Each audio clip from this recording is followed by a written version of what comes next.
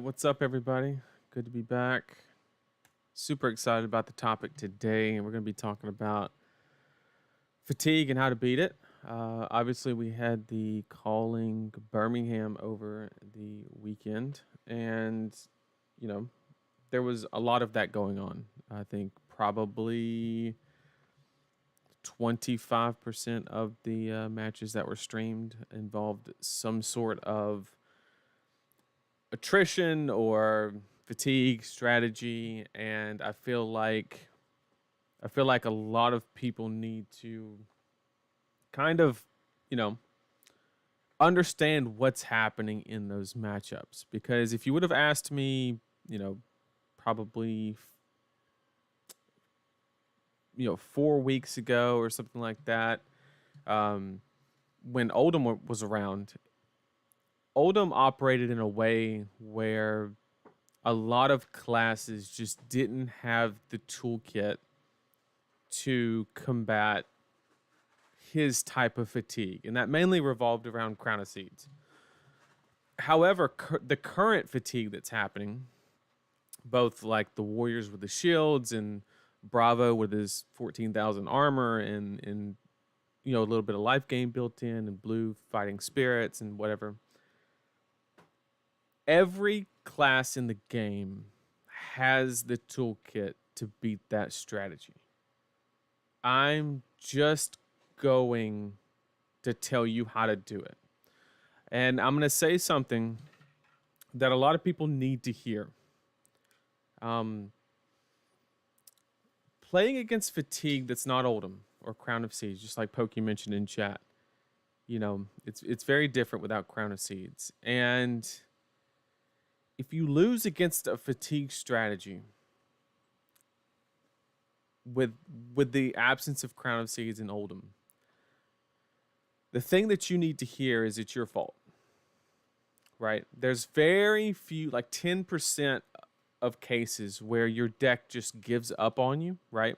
And you have like brick after brick, and like what that actually translates to. One of my Pro Tour games actually ended up happening like that, and I lost to that strategy. I snotted 3 times in the game, missed on every one of them. One of them I even pitched 6 resources into and revealed 6 attacks. It was one of those games, and there's just nothing you can do in that situation. But outside of that 10% of like high variance, game, it's your fault. Like I said, with Crown of Seeds and Oldham, a lot of classes didn't have the toolkit. But now that that's outside of the game, it's on you. Okay, so if you lose to fatigue, it's because you didn't have a plan or you executed it poorly. There's no other reason that you lose that matchup. Okay? The way that I like to explain the fatigue matchup is they literally just set one hurdle in front of you. Okay? It's a big hurdle, but that's it. All you have to do, it's not like, a relay race where you have to jump over multiple hurdles, right? And get to the end of it. That's like a normal game of Flesh and Blood. You take pivots, you have tempo swings, you have, all these intricacies built into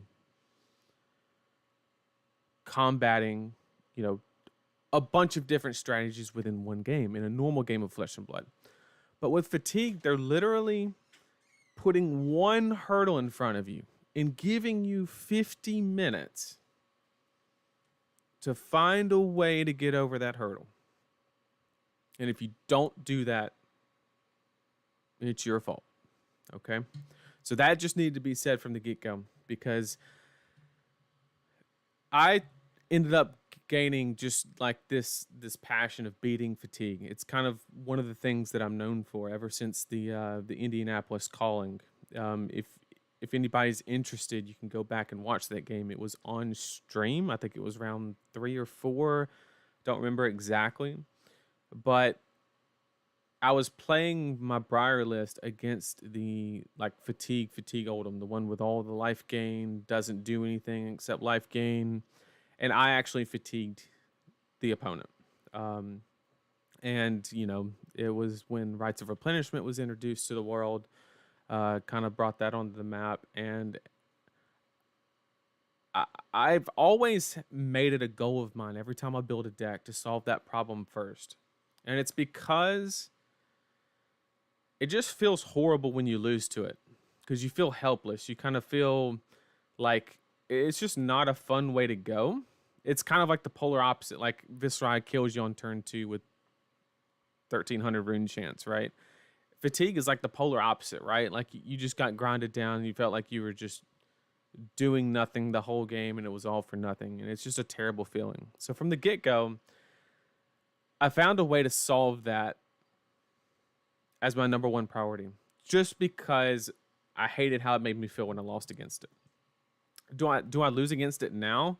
Yes, every now and again it happens, right? There's later in that calling, actually, I played against another Fatigue Oldhim. It was Pat Espy, and he saw the stream game, realized what I was doing, added a bunch of remembrances, which he doesn't normally side in against Briar, and he won with like 3 or 4 cards in his deck. So if he had not saw, supposedly, if he would have not seen the stream game, I probably would have won that last game. It would not have put me into top 8. We weren't playing for top 8. It was not a win and in situation or anything, but it was, you know, it was something, you know, that was definitely relevant. Is a lot of it in deck construction? Yes, but I would say no. I would say deck construction, you need to build the deck in a way to where you have a chance, but 90% of it is micro decisions throughout the game. Please explain to me why adding 2 reds and 2 blue drones of brutality isn't the go to beat fatigue. Well, I think, okay, so if you're talking about drone, you're obviously talking about Blitz. And if you're trying to beat Blitz fatigue, you're much better off using what we're gonna one of the many things we're gonna go over, and I'll refer to as damage stacking. Is you'll be way better off because the life thresholds are much lower, right? However, drone is a deck construction method that you can use. The problem is your opponent can use it as well. So in Blitz, you get in this funny situation where if you're not Ira, you're basically throwing the same formula at each other. I block with my drone, send a drone. You block with your drone, send a drone. And you don't really progress the game state unless you're Ira and it presents 1 more damage, right? And you actually gain value from that situation. But we're not really gonna, what this video or VOD, depending whether you're with me live or watching the VOD, what I will not be covering is comboing, board state mechanics like dash, dromai, how to, because those are like very class specific ways to handle fatigue that doesn't really go by all of the same, you know, doesn't follow the same premise as beating fatigue with just about every other deck, right? So we're definitely going to go over all of that in just a second. I just want to take a little bit more time to kind of talk and go over just a little bit more. If anybody has any questions, go ahead and shoot away. I'll go ahead and get to answering those. I just want to give everybody a couple minutes to get in here before we really start going over the fatigue material. Let's see. We covered why we're covering it. I mean, so I guess Bravo is the biggest offender right now, and it largely has to do with the sheer amount of block. What makes Bravo so good is he has so much armor, but more importantly, it's broken up into a lot of pieces, right? Like, for example, Levia has equally the same amount of armor, but she can only throw it in. Half of it she has to throw in one go, right? So she doesn't have the ability to like block one card and then use a little bit of armor to cover a break point, right? She has to just like throw the husk, which is vastly different than having multiple pieces with multiple different block values at any moment in the game state. And if you're playing Bravo, it's also very important that you manage that, right? You don't block with all your 2s at the same time, because you want the ability to have some armor block on 2, some of it on 1, so you can kind of mix and match given certain situations. So that's very important if you're on the other side of the equation. So also, everything that we go over for fatigue, I guarantee you it's going to be super simple. We're not going to go into, like, pitch stacking obviously is a fundamental part of beating fatigue, but I think it's depending on what deck you're playing, it's one of the lower priorities in making your decisions and stuff like that. It's important. I'm not trying to downplay that, and it is important to learn that if it coincides with your deck strategy in combating fatigue. But most decks have a way to combat it without necessarily pitch stacking. It might be sitting on a certain arsenal and kind of waiting for a certain set of cards to come along. Could be something along those lines, not necessarily pitch stacking. It could, but not always. So I guess everybody's got enough time. We'll go ahead and hop straight into it. Sorry, Ed. Ed knows all about my hatred for fatigue. He was one of the first one. So I'll tell this story real quick and then we'll get right into it. In 2021 Nats, it was back when Lightning Briar was the hotness. Tart Patel won US Nats. During that same event, I played against a Bravo that was using like Rampart and fatiguing the Briars. I was on Channel Mount Heroic Briar, and I was on a triple red evergreen loop strategy to combat fatigue. And I fatigued a Bravo with 68 cards in his deck plus 3 remembrances. And I fatigued him. And it was not a bad player. That player, I knocked him out of contention for day 2 in Nats. So he dropped from the event and then top 8'd the calling the next day. So he was not a bad player. Just had a solid strategy and executed it well. Did the same thing to Ed, unfortunately, during I don't know, Ed, you'll have to remind me whether it was a Pro Quest or an RTN or something. But he was on Bravo trying to fatigue the Rune Blades too, and we got him with the old evergreen loop. Been doing it ever since, and then along came Rites of Replenishment. And also, this will not just be for Runeblade. I will be going over, a situation that any deck can adapt to, or kind of like, I'm going over guidelines, kind of structures and things like that. Not, if you're Briar, swing Rosetta as many times as you can, right? Like I'm not that is part of it, but I'm not going over just stuff for Runeblades. I'm just talking overall strategies, how you need to approach the fatigue matchup. And yeah, let's go ahead and hop into it. I don't see why not. So we're bringing back the PowerPoints, okay? I had to do this because I need like visual representation. I made this really quickly, so kind of like bear with me. I made it about an hour and a half ago, but I started with one person after the Indianapolis game was like, "Why do you like playing against fatigue?" And I told him, "I like playing against fatigue because I get to win for longer," which is kind of dumb, but I just thought it was funny, so I put that in there. So let's go ahead and hop straight into it, okay? Let's go ahead and get into it. Okay.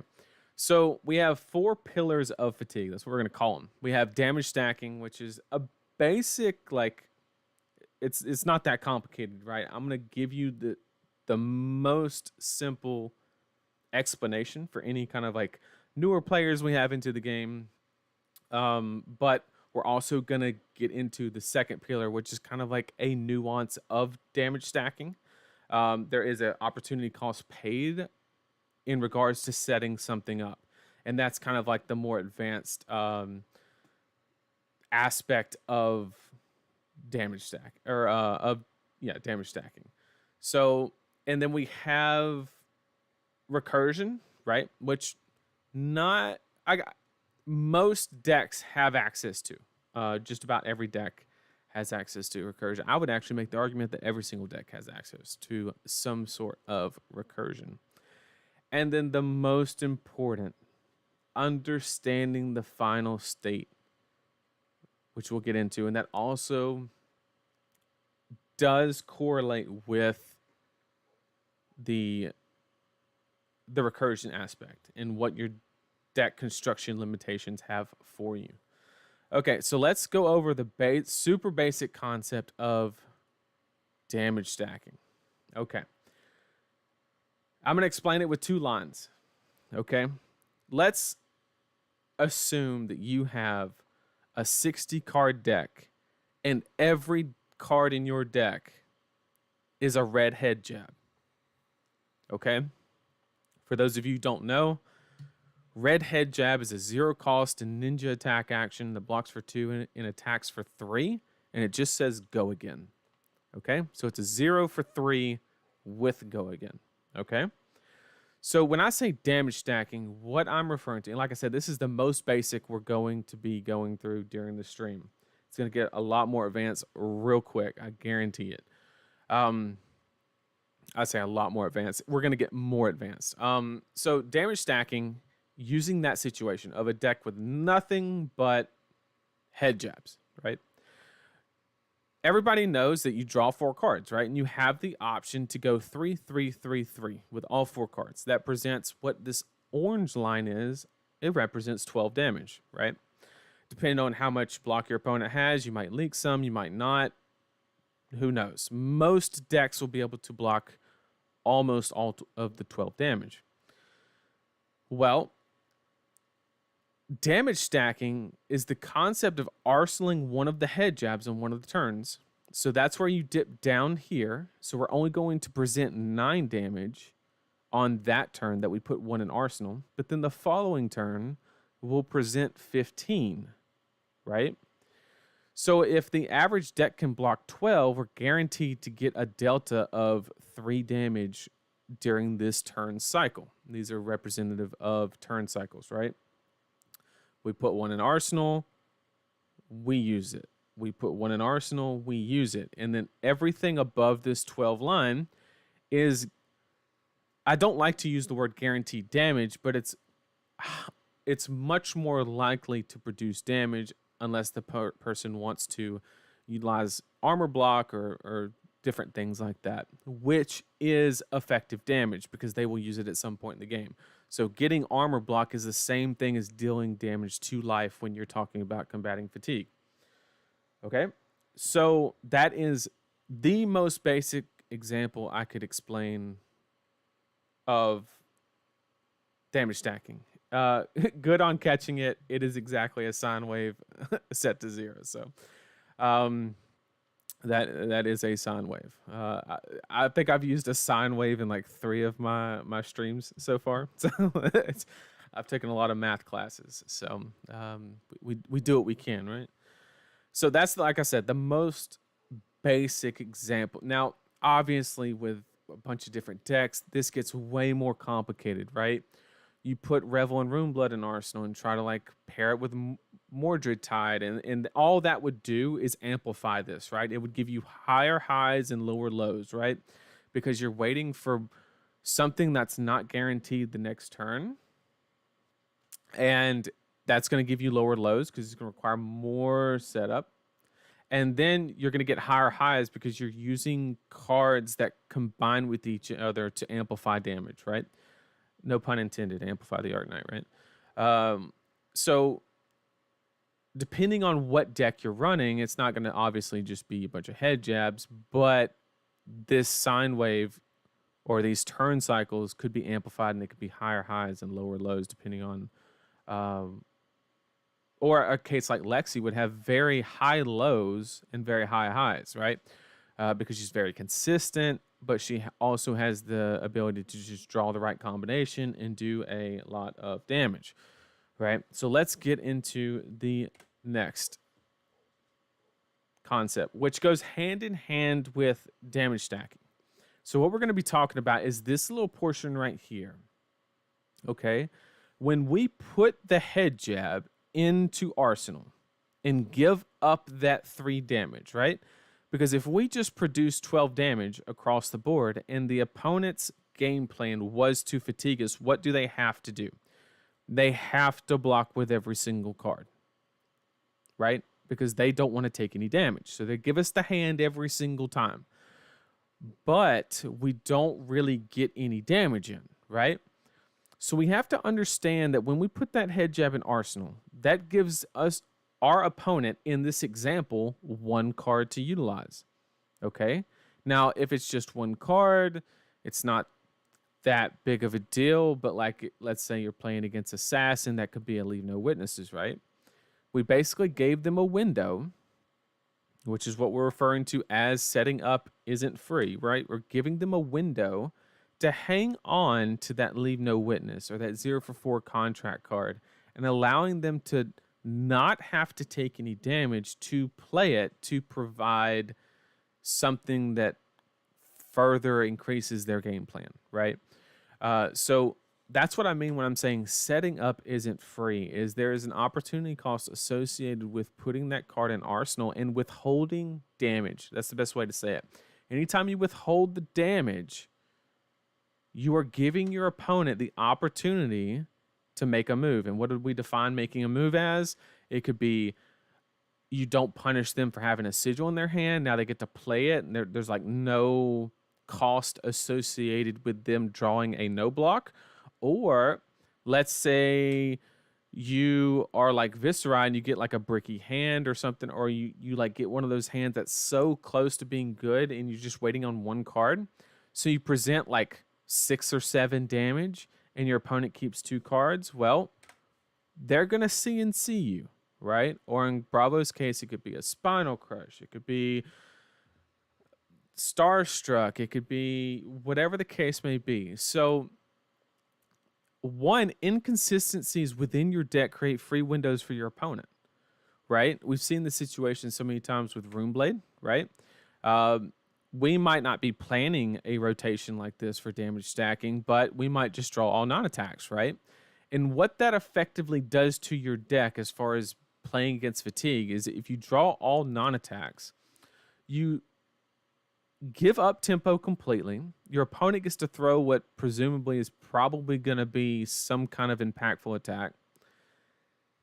And you're going to have to then give cards to stop that and then try to produce more damage, which you're going to be limited in your ability to do so, which will lead to usually a second weaker follow-up attack like a CNC. So anytime you trip up due to inconsistencies within your list, it can literally cost you anywhere between 4 to 6 cards. So consistency is huge when combating fatigue, right? Because we want the ability to either progress the pitch stack, or we want the ability to set up one certain card in Arsenal and kind of wait for something. But the most important part is making sure your opponent has to take damage if they want to try and disrupt that, right? We don't care if the opponent plays a CNC, but damn it, they're going to take 6 damage to do it, okay? Because they're going to use 2 cards. If they don't take 6 damage to CNC you, you're not playing the matchup correctly, or your deck just broke down on you, right? And then we also have the aspect of we have to protect certain cards, right? This one's kind of on the obvious side, right? If you have a Rain Razors in Arsenal, you got to protect that bad boy because it's worth so much damage because it just is over the top damage, right? This could be Channel Mount Heroic for Briar. This could be what for I don't know, whatever your really Blood Rush Bellow for Brutes, right? Whatever your really high ceiling power cards are, it's usually worth it to give 2 to 3 lesser cards to protect said card instead of just letting it go. There are situations where you let it go, but they're few and far between. So we have to use the combination of damage stacking, but we also have to understand that anytime we let up just a little bit, 2 damage stack, we have to make sure that we don't do it so much that they get to use life gain or disruption to counter it. That's the most important thing. So next we're going to go into recursion, right? Now I made the statement that every single deck has the option of recursion. Just plain and simple, every deck has the ability to have recursion within their list, and that's mainly due to that middle card Remembrance, right? Also, what's hugely the most consistent, the most impactful form of recursion is not Rites of Replenishment, it's not Remembrance, it is your weapon or your lack thereof, right? The reason that, everybody's probably seen Josh, beat fatigue Oldhams and stuff like that. Well, if you think about it from a basis point, every time Dorinthia has a turn, she swings Dawnblade, right? So let's say the turn lasts 15 turns, right? That means Dorinthia presented 3 times 15, right? Assuming she never got a counter. She presented 45 damage without using a single card in her deck, right? 45 damage without using a single card in her deck. Okay? That's all because her playstyle revolves around her weapon, right? Obviously, you can take this to the extreme and you start bringing Anathos and the sledge and hammers for Guardian, but your weapon is obviously your most dependable form of recursion. Now, we have to talk about Remembrance a lot. Rights we'll get to, but it's kind of basic. I mean, it's just this is giving Briar basically a sledge is what this does effectively. Now, there's some neat interactions that I'll let you know that if you haven't seen me talk about it on Twitter, I'll go over it here as well. Involves Bramble Spark and a neat interaction that you can use for Rites of Replenishment. But let's go over the case that's going to impact more people, okay? And so if you go with Remembrance, and that is your form of recursion, you have to understand the math behind Remembrance, okay? 1, it is not a positive 3 cards. Right? It is a net 2 cards. Okay? So, because you're spending a card that could be an attack that has threat density, right? Which we're going to go over threat density. Remembrance is a net 2 card, right? Because you're using a card to gain 2 cards into your deck. Okay? The problem with Remembrance that people often overlook is if we go back, it creates a lot of these situations where the opponent can play life gain or provide disruption because we drew a card that doesn't do anything, right? Any turn where you play it's very difficult to play Remembrance and deal 12 damage, 9 to 12 damage.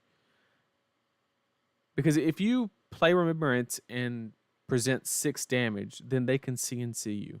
And then you have to ask yourself, what was the actual value of that Remembrance? Well, the actual value was 0 because next turn you're using 2 cards to block the CNC, right? So you got 2 cards from the Remembrance, but because you drew it at a certain time of the game, it didn't net you anything because it created a situation where the opponent didn't have to take any damage to CNC you, right?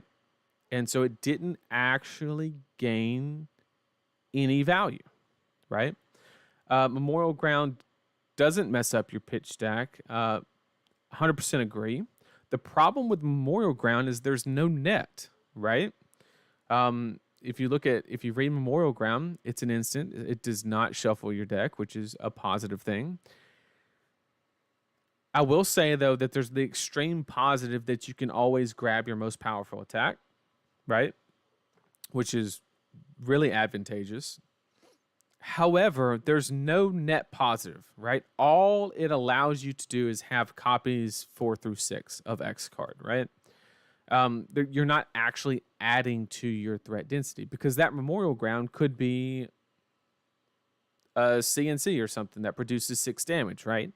Whatever the case may be. So remembrance, when you run remembrance, it may be a necessary evil. Just understand that it's an immediate tempo loss when you draw it in most cases. Because you typically are not going to have a full force turn pitching a yellow, right? So anytime you pitch it, you're typically not getting absolute max value from it. And it's also going to mess up your pitch stack. Or if you're very bad at pitch stacking, it gives you another chance to do it. It gives you a quote unquote a redo, right?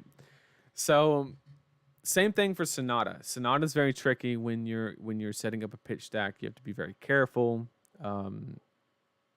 It's actually a card that I like to take out when I'm playing my fatigue matchups with Briar because I don't want the deck to be shuffled. I want to set something up and be able to utilize that, right?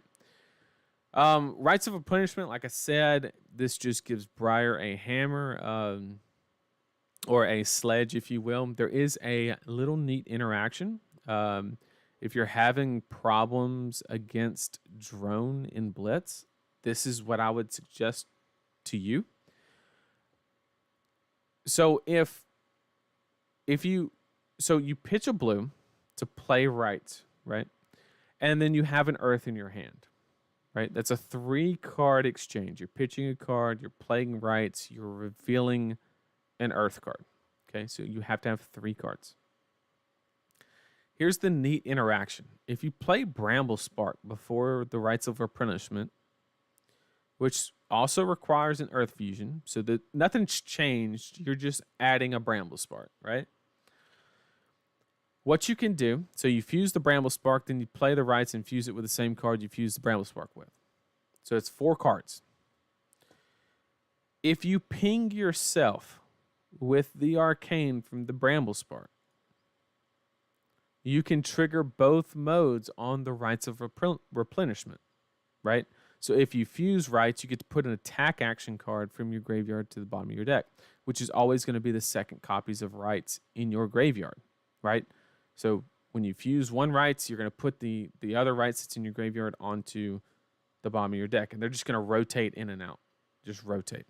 The reason that this is better than Evergreen is Evergreen is forced to come from Arsenal. So if you ever get a Frostbite or a CNC or anything like that, it can break the rotation or it can threaten the rotation. Only discard from hand effects can threaten this. But like I was saying, if you fuse the Bramble Spark and you ping yourself with the Arcane, this will come in for 9. And then the Bramble Spark that was previously played will also go to the bottom of the deck because you'll enable the second part of this effect.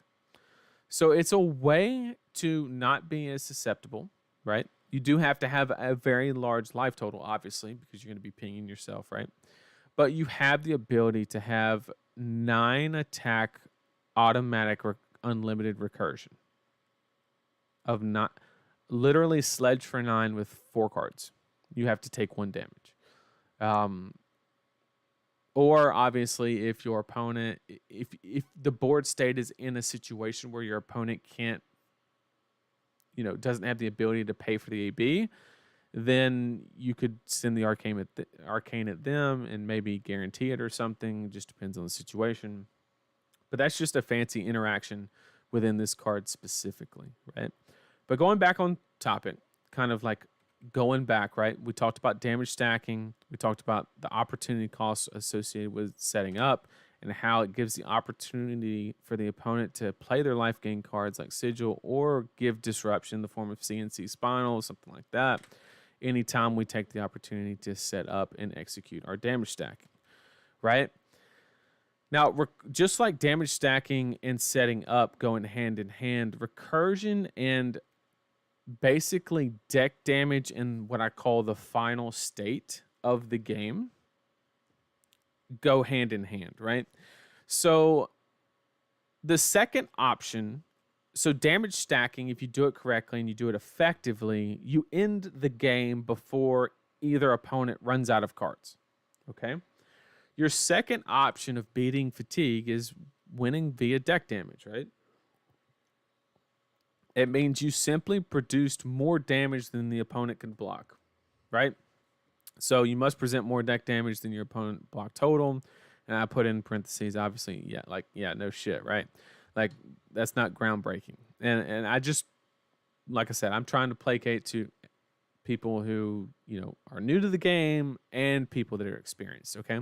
So how do we define what an opponent's block total is, right? We have to add up all the block values within their cards that they present, right? The life gain within the deck, the armor total, and then we need to deal 40 life, assuming the opponent starts at 40. So a good example of this would be a Bravo that presents 68 cards and presents not Rampart, but the Buckler would be 65 cards that block, right? And the reason I did 3.2 is all of his cards block for basically 3, and then he has some D-reacts that kind of bump the average. I don't know if it's 3.2. I'm just using this as an example. It's probably closer to 3.3, 3.4, but just using this as an example, right? And you get X number. The 9 life gain, so obviously we're missing 3 cards, right? Well, that's your 3 sigils, and that's life gain. That's a value of 9. Your armor total, you get 3 for the buckler, 3 for the arms, 3 for the tech plating. That's a total of 9 plus 2 from Crown of Providence is 11 plus 1 from the booties. The shitty Guardian boots that they don't have is a total of 12. And then you need to effectively deal 40 damage. So what that equates to is you need to deal 269 damage. Okay? Now that is not factoring in any, that's not factoring in any type of recursive block like Rampart or recursive life gains such as like Heart of Findel, right?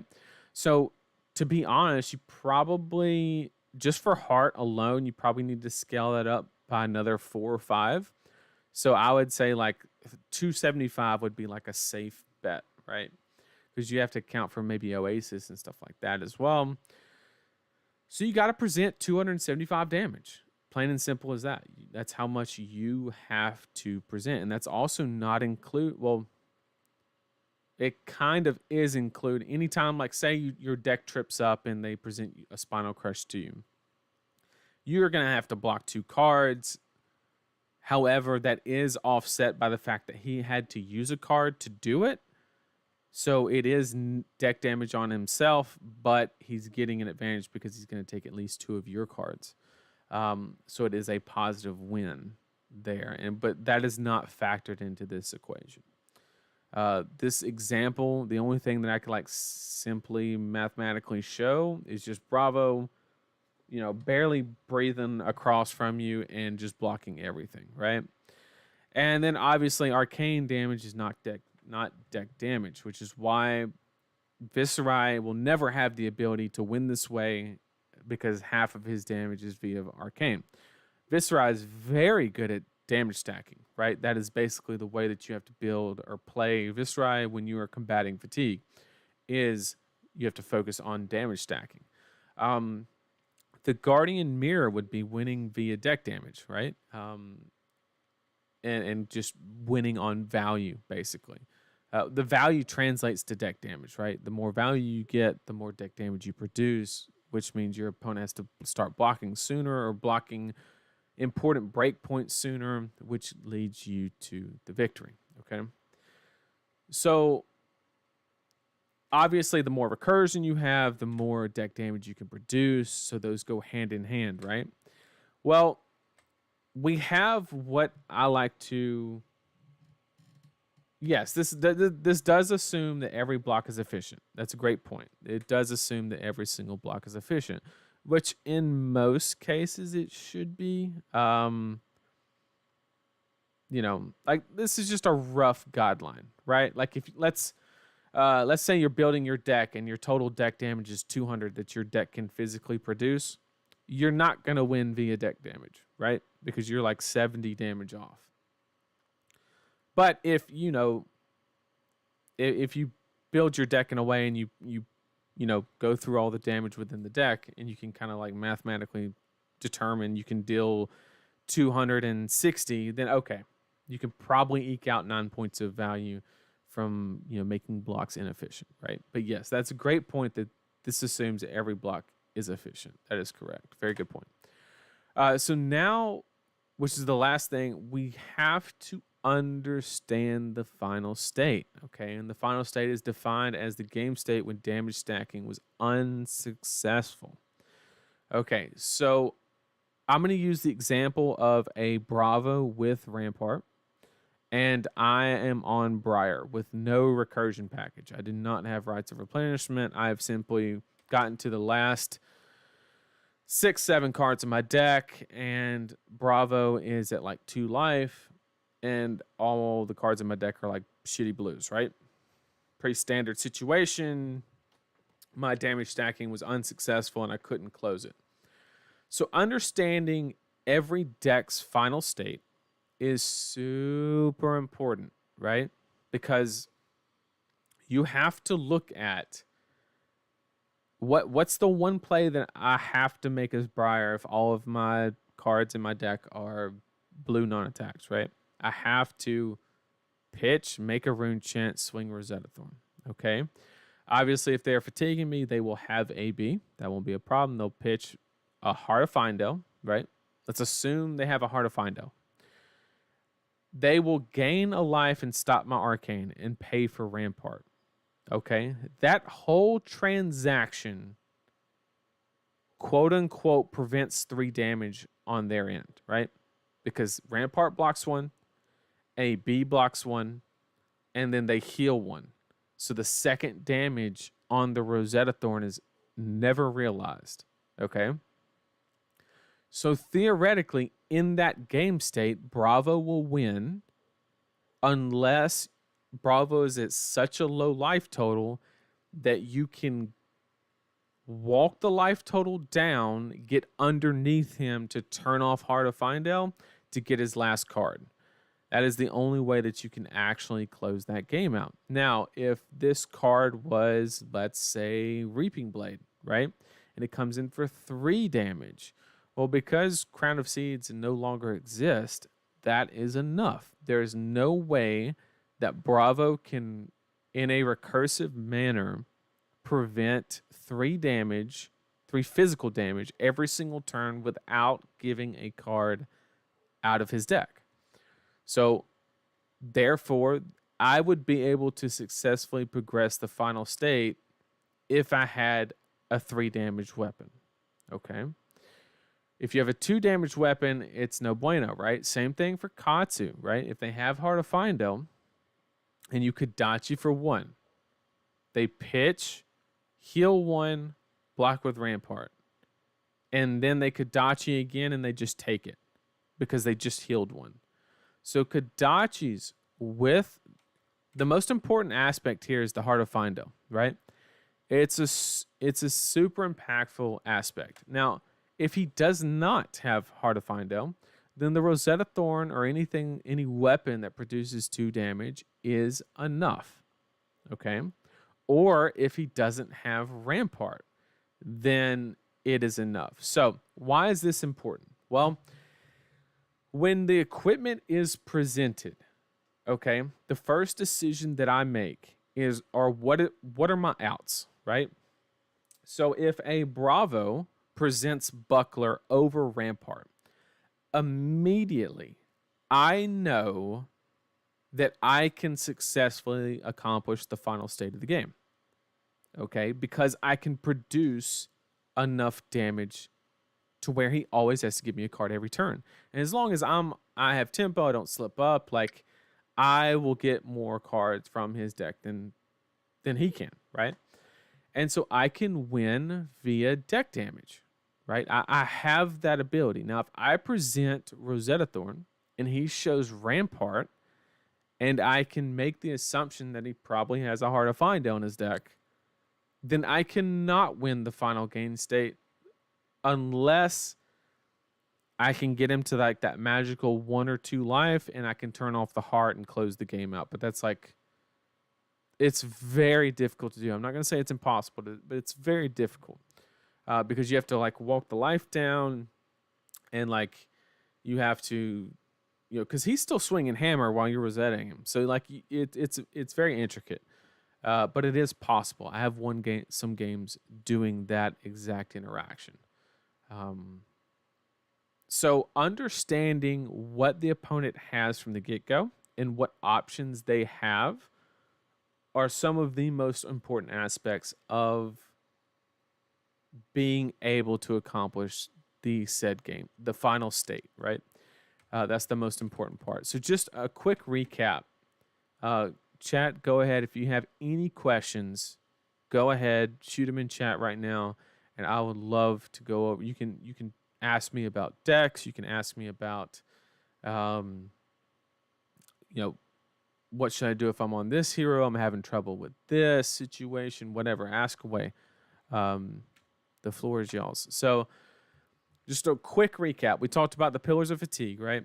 And we talked about damage stacking. And then we also talked about setting up and how that correlates with damage stacking, right? Anytime you take too much tempo off to damage stack, you open up windows for the opponent to play life gain at no cost and provide disruption in the form of like CNC or something like that. And then also we talked about the relationship of recursion, deck damage, and the final state and how those all coincide, right?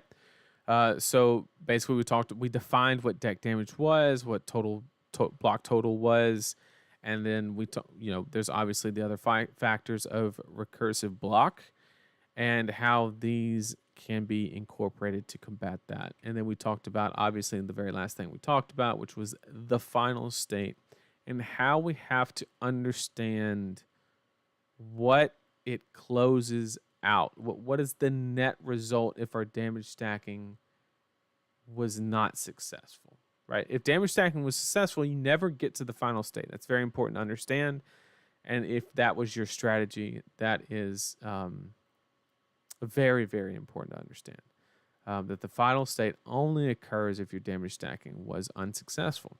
Or in the case of if you're on recursive Briar with Rites of Replenishment, then you're basically trying to get to the final state at the highest life total possible and then grind them out with your recursion. Okay? So the final state, damage stacking may not be your win con. Rites of Replenishment is better to just keep your life total high, get them to make some trades, right? Get to the end game where they're at 10 life, you're at 30 life, right? Because their deck doesn't seize tempo very well because it's a bunch of D-reacts. And then you just keep playing a 6 attack card and you get 2 cards out of their deck every single turn, right? And you go from there. And if they have any type of shield, which they should if they're fatiguing, your hammer is better than theirs. It's plain and simple. Okay. So that is going to conclude the fatigue discussion. I'll go ahead and answer some questions that you guys might have. And then after that, we'll play some games. Because, like, why not? We're not just going to end it here. We're going to play some games. Hopefully, we can get a fatigue match. That'd be cool. And I can kind of, like, walk everybody through it. Let me know what you thought about. Do we like the PowerPoints? Is it too much? I feel like I'm being too proper with the PowerPoints. But you guys let me know. Do we like the PowerPoints? Do you just want to look at my beautiful face and while I talk about fatigue? You let me know what you like. Ed with the Wii Shop music. Oh my goodness, we listened to Wii Shop music for 2 hours on the way back home from Chicago.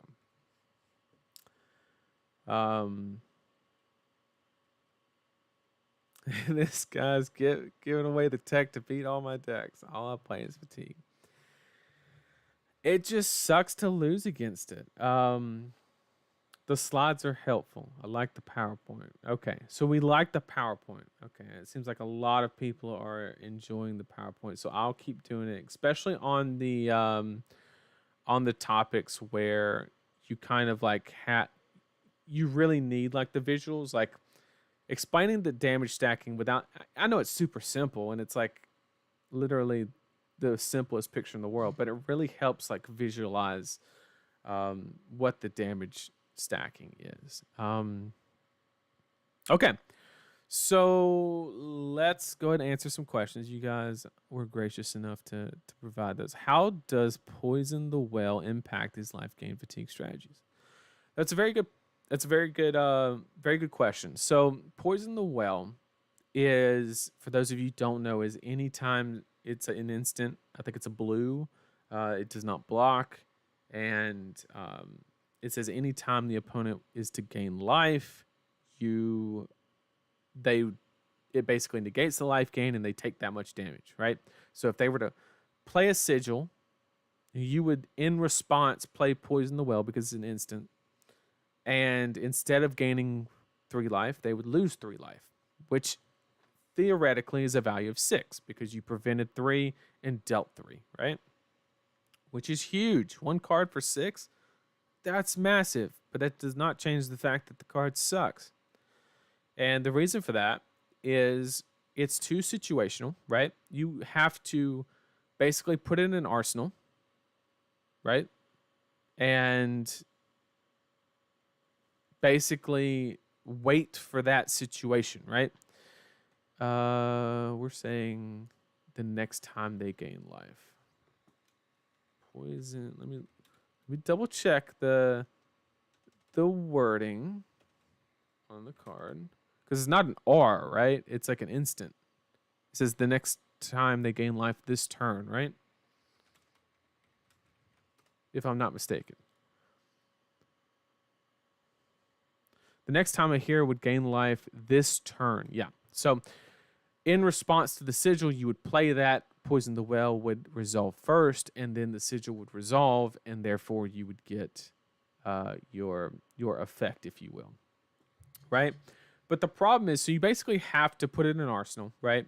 And you kind of have to wait for the sigil to happen. Well, we just talked about damage stacking and how important that was. And you can't damage stack while your arsenal is clogged with a very situational card.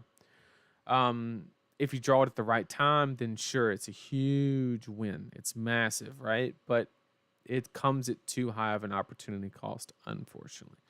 So I'm gonna have to hit the downvote on the Poison the Well strategy. It just it's way too situational. If there is ever a deck like Life Gain Oldhim where you know it's happening constantly, then we can visit that card.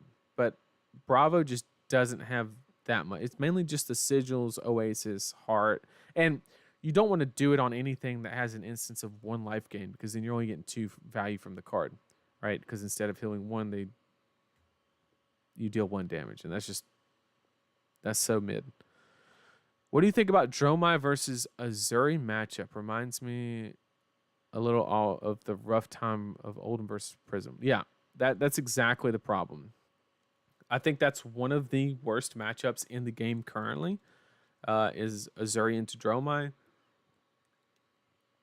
It also proves that the way you beat Dromai is not just by having poppers, right? Because if that was the answer to Dromai, well, Azuri has poppers out of the ass, right?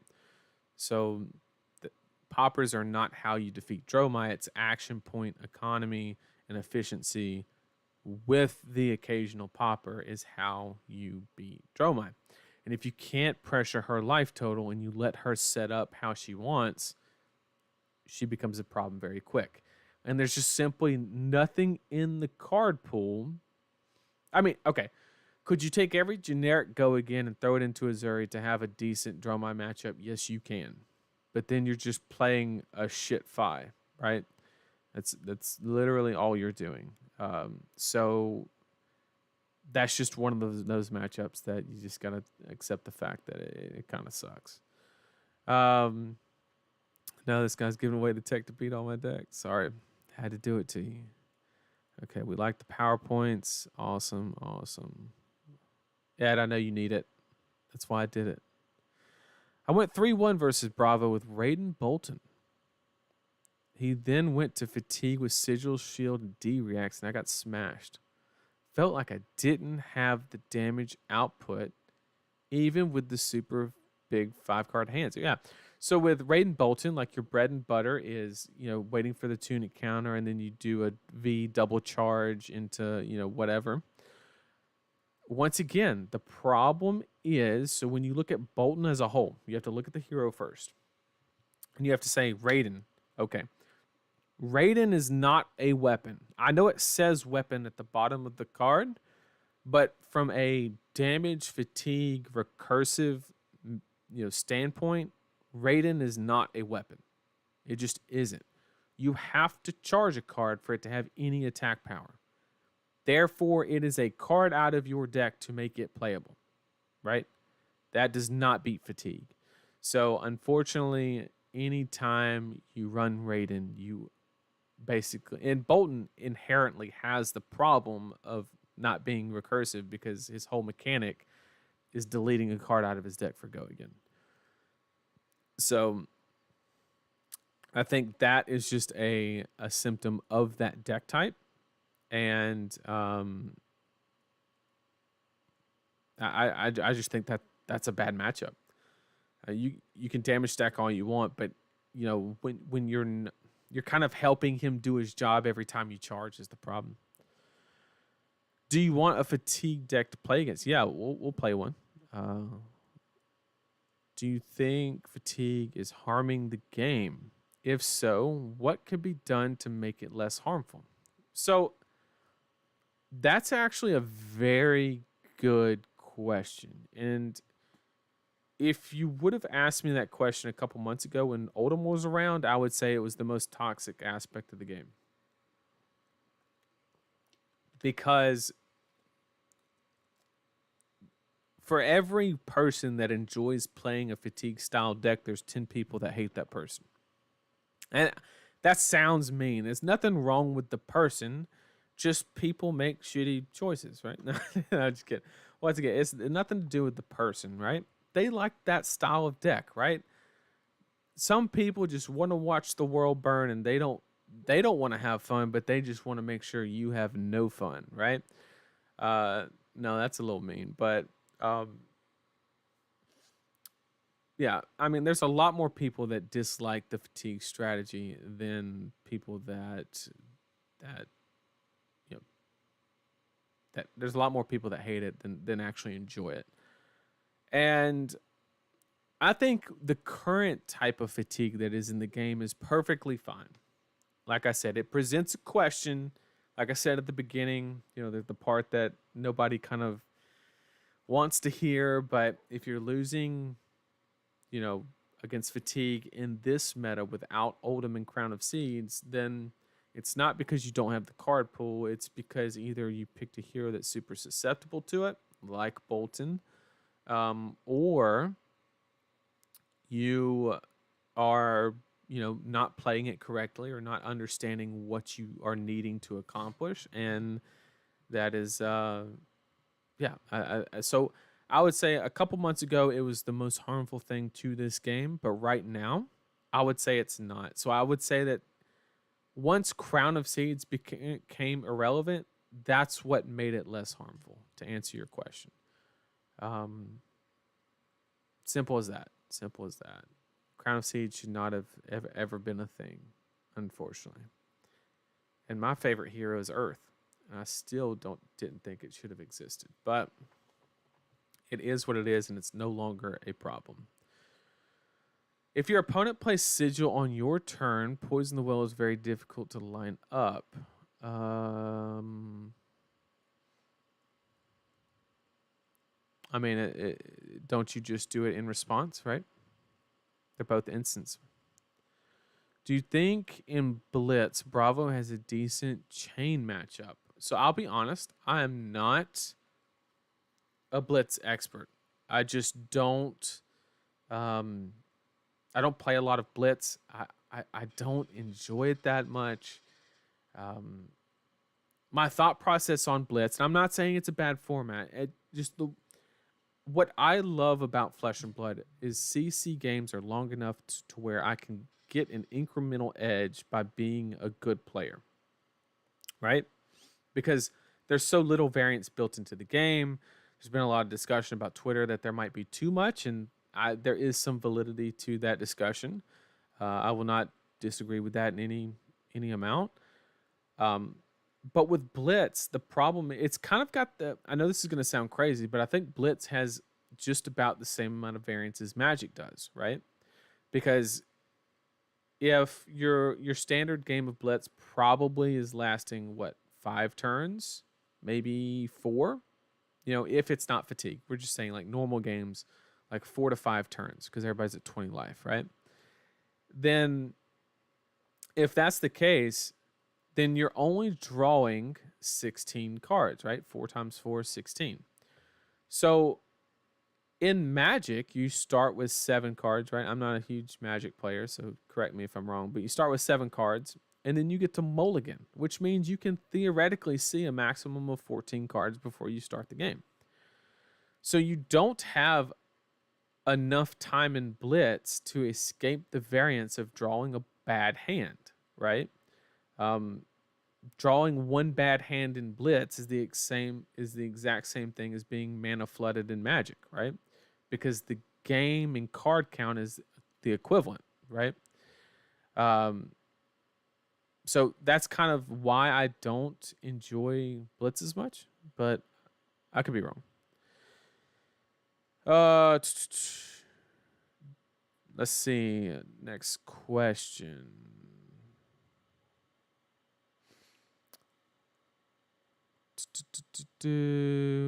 Walls exist for a reason. That's a fact. Like I've said, my issue with fatigue is lack of opportunity cost silver bullets. Absolutely. I 100% agree. I 100% agree. Just the fact that, they can play Warmongers, completely seize your turn up, and then gain tempo for free to present something disruptive that you're forced to interact with, which rips even more cards from your deck. It's too much. I hate to say it. Warmongers is... Sheesh. I tell you what, if they took Codex of Frailty and removed the Ranger word on the bottom, and they took Warmongers out of the game, we would have the most balanced game ever. Tell you what. Those would be the 2 changes I would make. That would have my vote. Warmongers has got to go. It should not be a blue 3 block. No shot. If the card existed. But then I think Codex of Frailty should be a assassin only card. But we're not gonna talk about everything needs to be banned and all that. So Blitz having some of the least amount of variance because of how much equipment factors into the game, I do agree. But the hands that you draw determine how much equipment is actually needed in that situation. So yes, there's a static form on the board, but the static form occurs on both sides. Does it not? Right? If my opponent has 10 armor and I have 10 armor, but I draw a shit hand in the 4 rounds that the game has, then he doesn't even need to use as much armor. So yes, it is a static part of the game, but that doesn't change the natural variance being escalated by the hands that you draw.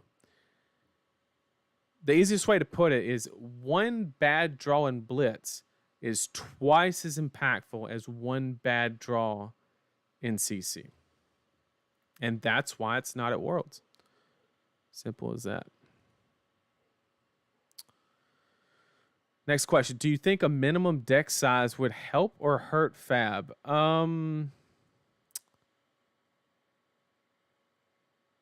Yeah, minimum deck size. There is a minimum deck size. Did you mean max deck size? Yeah, my bad. Okay, so yeah, so you did mean max deck size. Um, no, it doesn't, because if you take away the max, or if you incorporate a max deck size, then one, most people will just abandon fatigue in and of itself, right? But because max deck size is not existent, it actually helps fatigue decks have uh it helps fatigue decks basically have um worse matchups into certain decks. As an example, because Bravo can play like 70 card pile into Lexi and Fatiguer, it's going to, if he's like really worried about that matchup, it's going to make his Icelander matchup worse, because he has the ability to play more cards into that matchup, so therefore he can kind of have his guard down, basically. Um,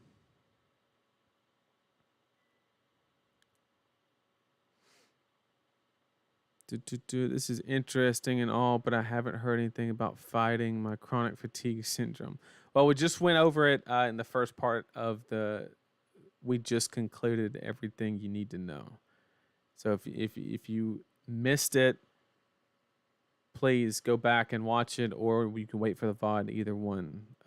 Should cost something. Zero cost for. Yeah, everything about Warmonger is a little offsetting, but you know. Yeah, if it costs something to be another fog down, that's actually a very good point. Bring back Skeleton to combat. No, they should not bring that card back. No shot. Yeah, I've primarily played Control Fatigue and a lot of TCGs, and the advantage to it is your opponent playing near perfect to maximize your opponent value. Yep, absolutely. You're playing bad Blitz decks. Well, I'm not, because I don't really play that much Blitz. But, I mean, sure, you can play a deck that has less variance. Like you could play like Ira or something, but it doesn't. If you, I mean, the Ira mirror it used to come down to like whoever drew Sigil first, right? Or was it last? I forget which one. It literally came down to that. I wouldn't say that was the de facto who won and lost the game, but whoever drew that card first or second, whichever order it was, impacted the matchup significantly. So it's a simple concept. You have X number of events, right? You draw 4 hands on average in Blitz, right? So each hand is weighed at 25% of the match, whereas CC on average might be 7.5 or 8 turn cycles, right? So you draw twice as many hands. So therefore, if you have a bad hand, you have 7 more opportunities to make up for it. So just on statistics and math alone, Blitz, no matter what deck you're playing, if you have 40 of the same fucking card, it does not, or just about different colors or whatever, and you can just draw multiple versions of the same card in different colors, you have more variance because you have a smaller sample size. It is more swingy just on the premise of math alone. If they have enough damage to kill you before you run them out of threats. Yep. Would Vincent with Rosetta rely on damage stacking, or is Fatigue a bad matchup because she has to banish every turn? Yeah, so there's no... I mean, I would love to be proven wrong, but I don't think... The only way that Vincent theoretically could beat Fatigue consistently is somehow to like literally just stack rune chants out the ass, right? Like just play all the read the runes, the rune chant or rune blood incantations, whatever the case. 4 hands on average. Didn't realize Blitz games are so long. Yeah, whatever. Like I said, I'm not a huge Blitz player, but I do know math. And anytime you have X number of samples and the samples are, you have a smaller set of samples, then there's more variance. Simple as that. Yeah, like Vincent, if you added all the rune chant generation, and theoretically you could get up to like 40 rune chants and then kill them in one turn, sure. But like, I don't. You're asking your opponent to just sit there and watch you breathe with that strategy, and there's no shot that's gonna happen, right? So if you're playing a normal Vincent deck, I don't care if you got pommels, if you don't, whatever. If your opponent has a fundamental understanding of that deck and what it is trying to do, I do not think the fatigue match is winnable if you're playing against a good player. All they need is like 3D reacts, sit that bad boy in Arsenal, wait for your pommel, and you lose the game. Simple as that. I do miss OTK. Yeah, I miss OTK as well. I really do. The combo Viscera was the first deck that I actually like loved playing. I played it at the first Indianapolis Calling, and I got 10th. I was the highest placing Viscera at that tournament. Lost my winning in against Fino, and he was on a tear that day. He played really well. But I just love that deck. The number of options, it got me into like ratios in this game, and I spent a lot of time on like ratios within deck construction, and basically, you know, anytime I just love balancing things. I've always enjoyed things. I played a lot of computer strategy games and stuff like that. That's my idea of fun. Not so much like shooters and stuff. I went through a CS:GO phase, but that was a while back. But I just love like min-maxing and ratios and stuff like that. And I really enjoy those. And Combo Viscera was like the quintessential, like not only the deck construction, but the on the fly. That's where I developed the whole card counting blackjack mechanic that I do during tournaments, where I keep an ongoing number that tells me my ratio between attacks and non-attacks. Viscera is where that started, because before I would even think about resolving any Sonata, I would go through my graveyard and count how many attacks I had, how many non-attacks. I'd get a split. I didn't count back then, but I would kind of like guess on the cards that I pitched kind of idea and come up with a ratio and determine ahead of time like which way my Sonata was leaning mathematically.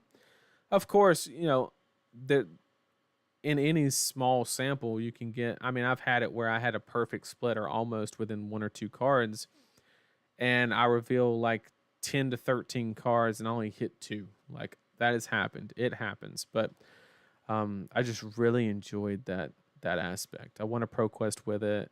I got, like I said, 10th at Indianapolis. Really enjoyed that deck. And then they took it away. But it was the right decision.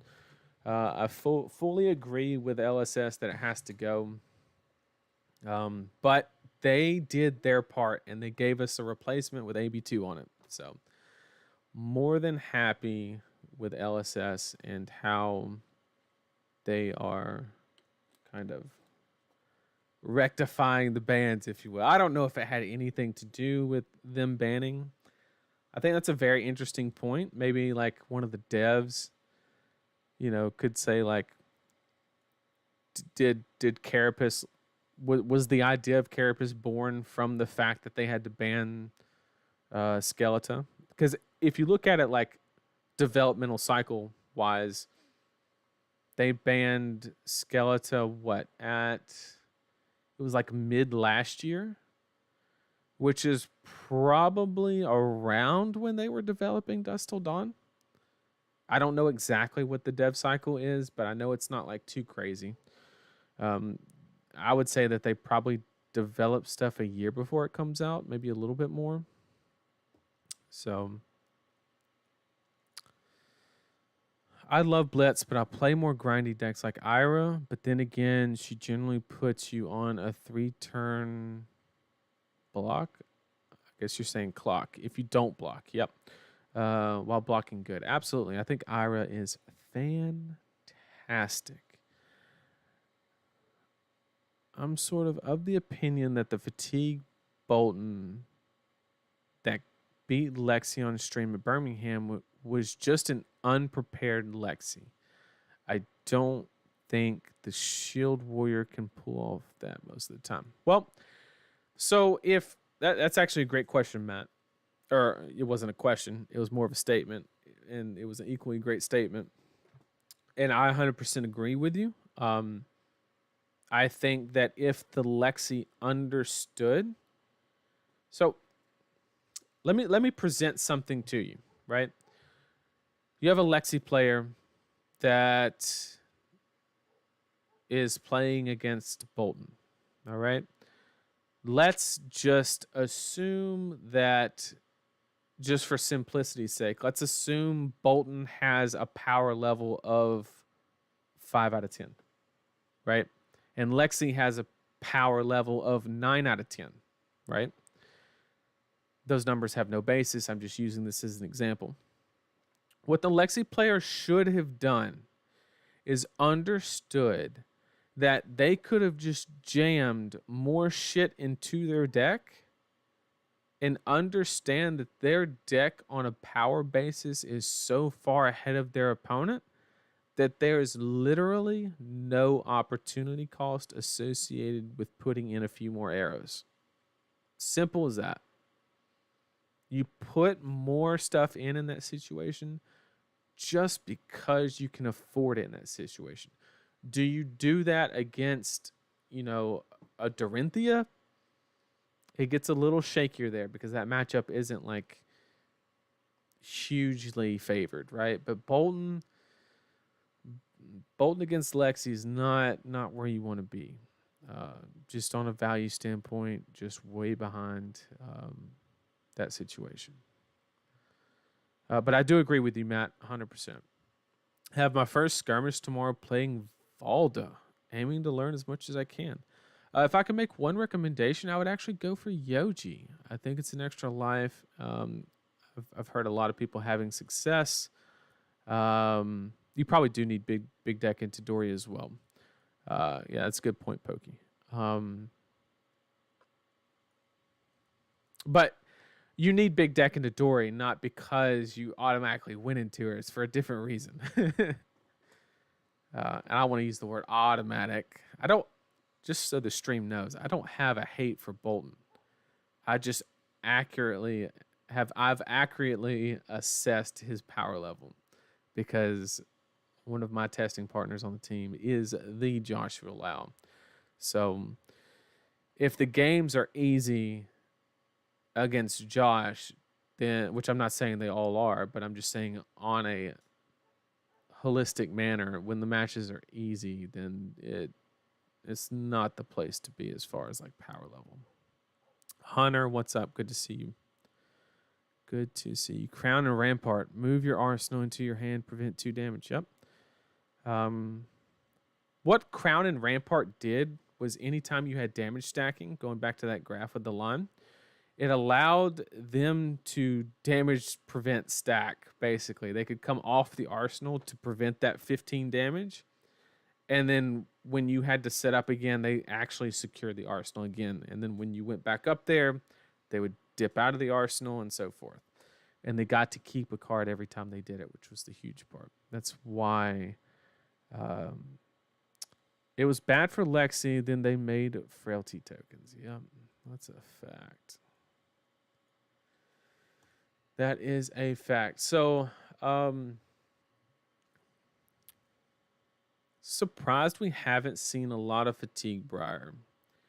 She has Crown and Embodiment. The problem with Crown if you're referring to my Goliath Gauntlet list, the Reaping Blade, 2 for 7, 2 for 8, Briar list. The problem with that list is it folds to Dromai, right? Like I've said so many times on this stream, it is not poppers that beat Dromai. It's action point economy or 40 poppers that beat Dromai.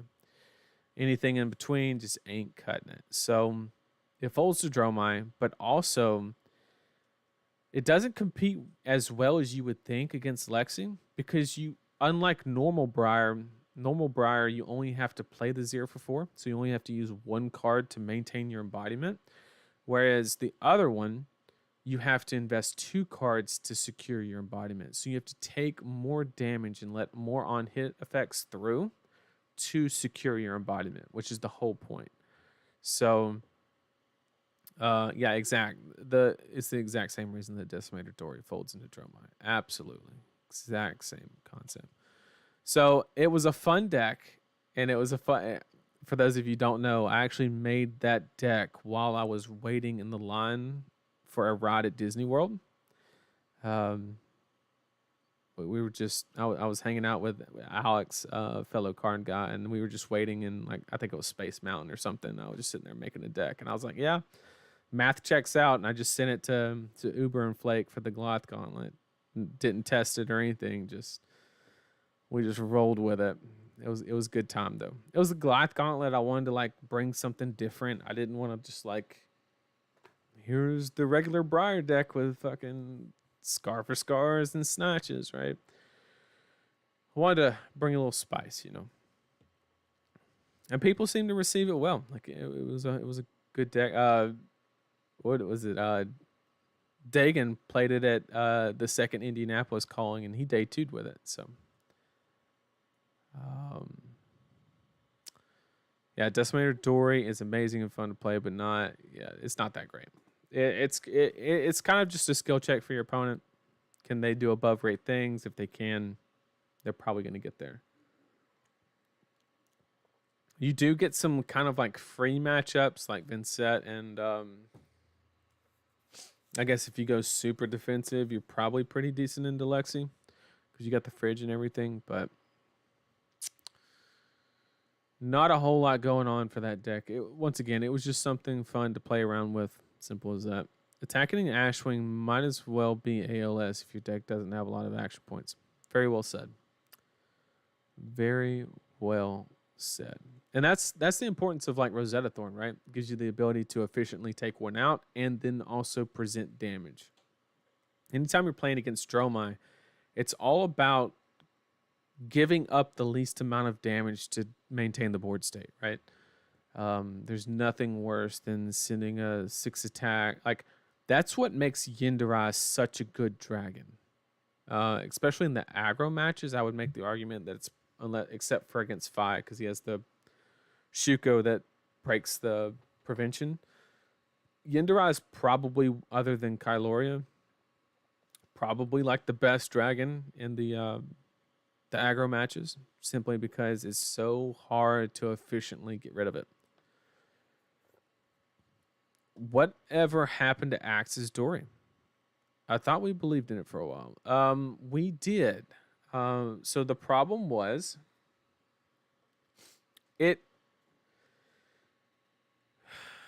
how do I put this? Flesh and Blood has reached a point in its game life where doing things solely on the basis of consistent value is not good enough. And that's where Axe's Dory kind of fell by the wayside. You swing the axe, you play Blade Runner, you block with your dynamos, you swing the other axe. Like, that rotation is a 2-card 9 that you can do just about every turn, right? It's fantastic value, but it doesn't mean shit when the opponent plays Channel Mount Heroic and hits you for 28. In the game of Flesh and Blood, you either need to operate on the axis of not really caring about value, aka, like Bravo fatiguing, or Icelander gets her value not numerically, but like from disruption. And she can actually kind of break those numbers by doing that. But you have to do something unfair in the game currently. You just have to do something unfair. Doesn't have to be the same thing. Just got to do something a little unfair. And Axe's Dory is just a little too fair. Simple as that. That and Frailty Token just fucking shot it in the foot. Like, oh, you ever try to swing 2 axes with a frailty? Okay, yep. Mid range, yep, is struggling. Yep. So we'll go ahead and get into some games because, like, why not?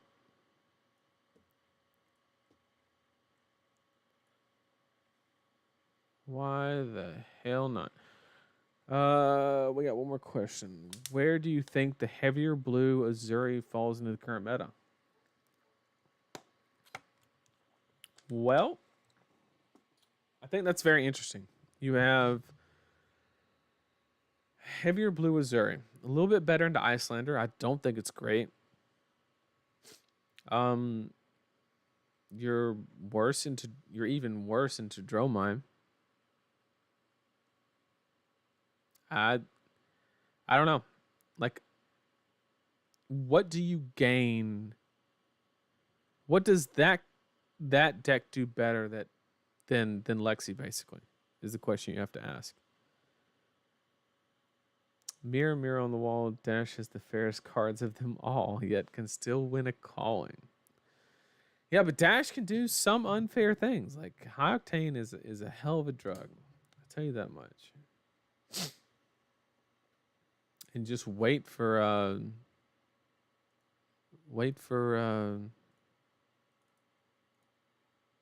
the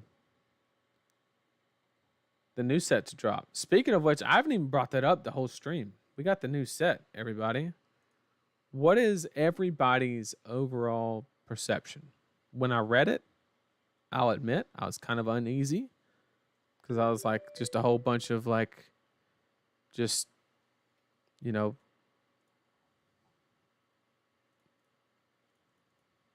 so I read it and I was like, oh, it's just a whole bunch of,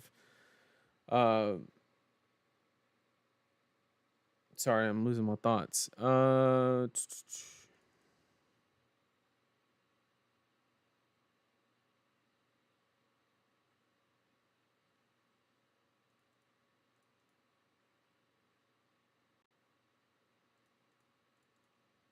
gonna give a hot take. I think Briar doesn't actually need too many D-reacts into Bravo anymore because of the simple fact that she has the excess fridge now.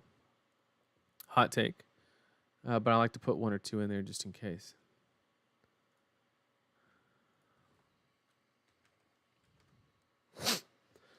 But yeah, let's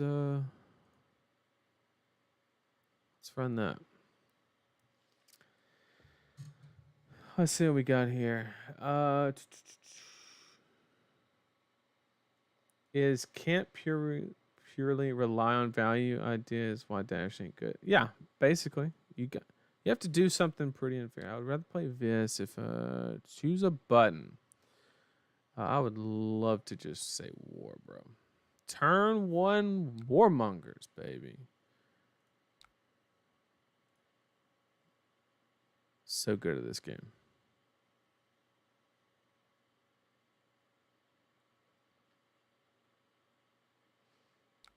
Okay, we're going to jam it here to try and deny 1 value on a D-react.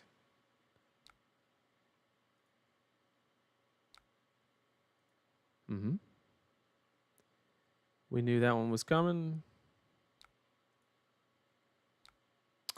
And then we have an option here. We can play the Scar, which is obviously the highest EV. Or we could swing to Rosetta Thorn. He didn't bring in too many cards, so I'm not like too worried about fatigue. I think he brought in like 62.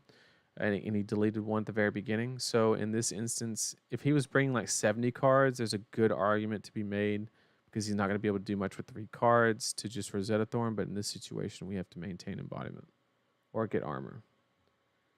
I wouldn't say mid set.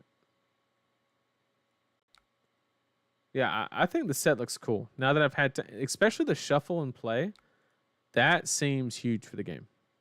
Just seems really good.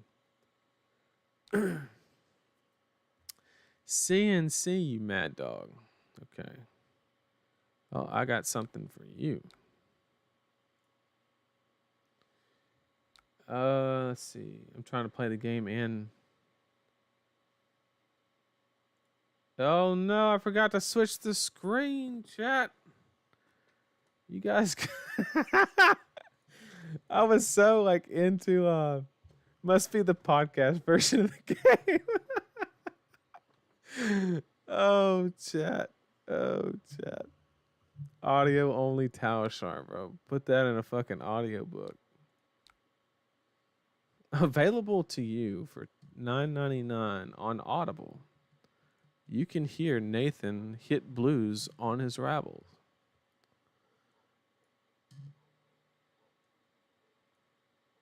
Not a big fan of single class set. I understand. That's what kind of offset me the most in the beginning. But yeah, sorry, chat, about the audiobook Tower Sharp for a second. I apologize. So the player's doing a very good job on being extremely efficient on blocks and everything, kind of denying as much as they possibly can. Kudos to them. All right, so we've played 3 Rabbles, and one of which was on the audiobook version. Just to give everybody a heads up, that is 3 for 3, blue on Rabble. 3 for 3. So here I'm actually going to jam the Autumn's Touch. This card's not doing a whole lot into the deck, and we still, because there's so many cards, we really need to threaten the embodiment. Super important. This is really good. So this is a very interesting situation. I don't particularly care too much because we have a line. This is very high priority because it allows us to like get cards back, kind of set stuff up. We have Entwined Lightning, we have Lightning Surge, we put those together, Guaranteed Go again. We have a lot of things. This is a very important card. So in this situation, the highest damage, I mean, this isn't threatening enough to get rid of the armor on. So I think we're just going to block here. And this is Pokey in chat, by the way. This is Fly, and he's an extremely good player. And he's playing this very, very well. But this game happens in basically a couple stages. The first stage is we have to work through his armor, because if he's playing correctly, what Pokey should be doing is anytime he has a threat in his hand, he uses the minimal amount of cards to cover up the attack and jams armor to prevent embodiments, and then presents threat. He should not be using, like in this situation, he's told me, hey, I do not have a big threat, so I don't care that you get the embodiment. That's 100% correct, because he's probably just going to throw something a little bit on the weaker side. This is 100% the correct play every single time. So we do have a way that we can kind of manipulate this situation. So I do like Seek Horizon is the new hotness for me and Briar, because it gives me the ability to guarantee go again, and more Rosetta swings is pretty nice. So we have one of these attacks are kind of dead weight. He has a lot of armor, so I'm not sure which one to value more. I guess probably the Seek Horizon. So I think we just go here and here, because we want to take 2 damage, because we want to drop underneath to kind of turn that on.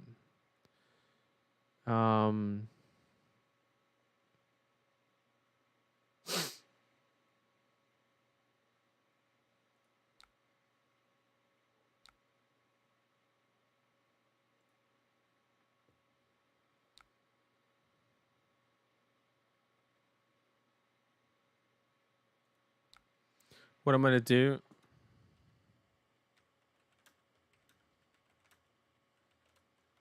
chant after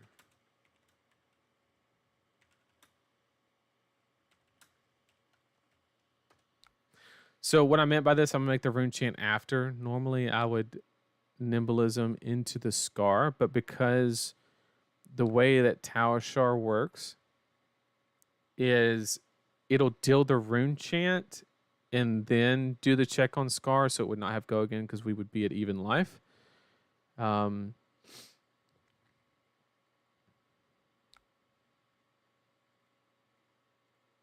But I told him that I would make it before, but in this situation, I'm gonna make it.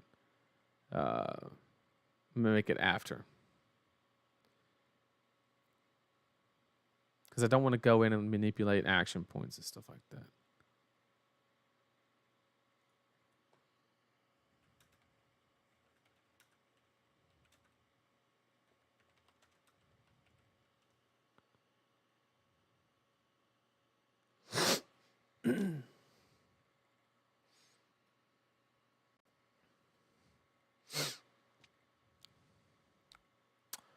Yeah.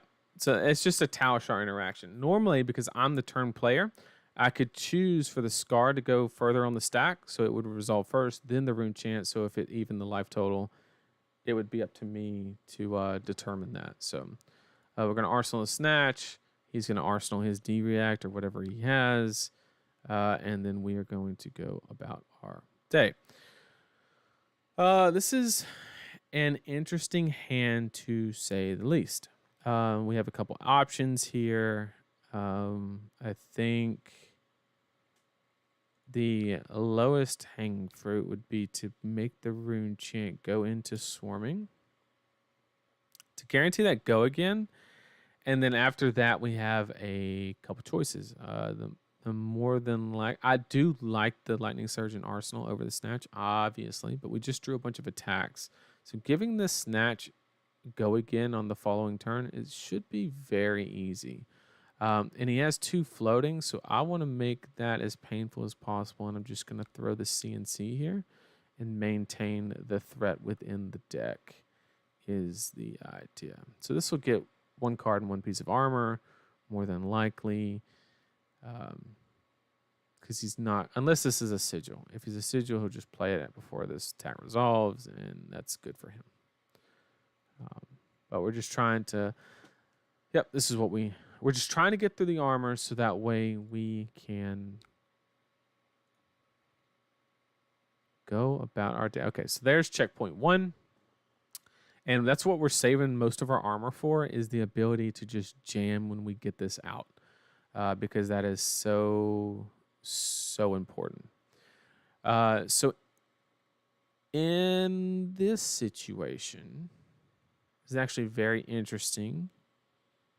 One play is slightly inefficient, but I can't second cycle the channel because I need to establish the channel while I have active threats. So in this situation, I'm actually going to favor the nimblism into E-Strike and then just do buff power. So this presents enough damage to where it, like we talked about during the damage stacking, he is going to have to pay the price if he wants to try and disrupt me. He's going to have to take some damage while at the same time I'm setting up and doing my damage stacking.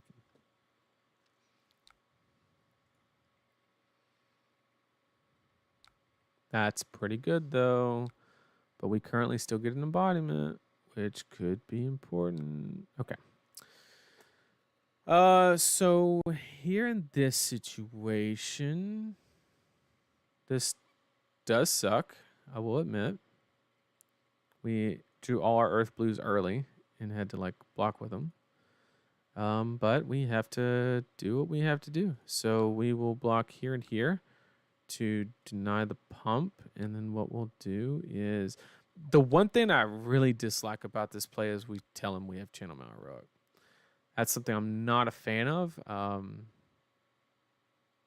But what can you do? It's been very bad for us that we drew the channel 2 turns in a row, can't play it, nor have go again to play the arsenal out. It's actually very bad. But thankfully, he doesn't have a huge punishment, and we should be able to secure an earth blue like that on this turn. Yep. So we'll go ahead and jam it out, and we will go about our merry way. We'll go ahead and guarantee this since we have to go again. No reason to do anything fancy. We're just going to follow up with the arsenal, and then depending on what happens there, we will arsenal the good card. And then he might say, what I'm suspecting is he probably has like a Warmongers in arsenal, more than likely. He's going to try and jam it on me, which is why I really need to save snaps because he's trying to line his Warmongers up with my Channel Mount Heroics.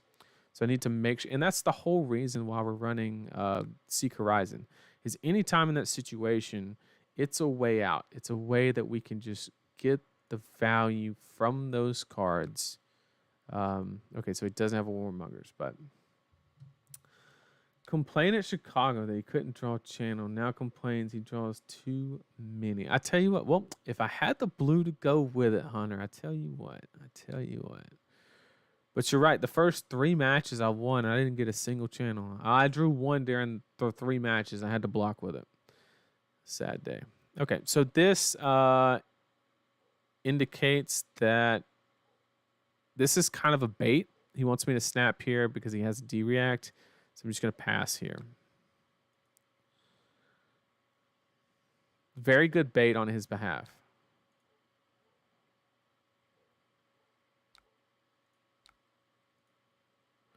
Okay, he's going to try and prove. Yep, there's the Warmongers that we knew was going to happen.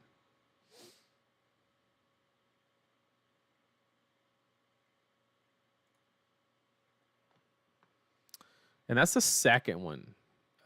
So we have a choice here. What we can do is we can, well, first we throw this one no matter what, because we simply need information. Okay, so if the arsenal is still there, it makes this card much more attractive. We can always play this, snap it, pitch these 2 for this one, or we could just pitch these 2 for this one and arsenal this. I'm kind of in favor of that line. Like I said, we're kind of even almost on deck size, and this is only our first Channel Mount Heroic, and we have Pulse chilling at the bottom of the deck as well. And we are very much ahead on tempo. Okay, so this card got much worse, but it still may just be the best play, simply for the fact that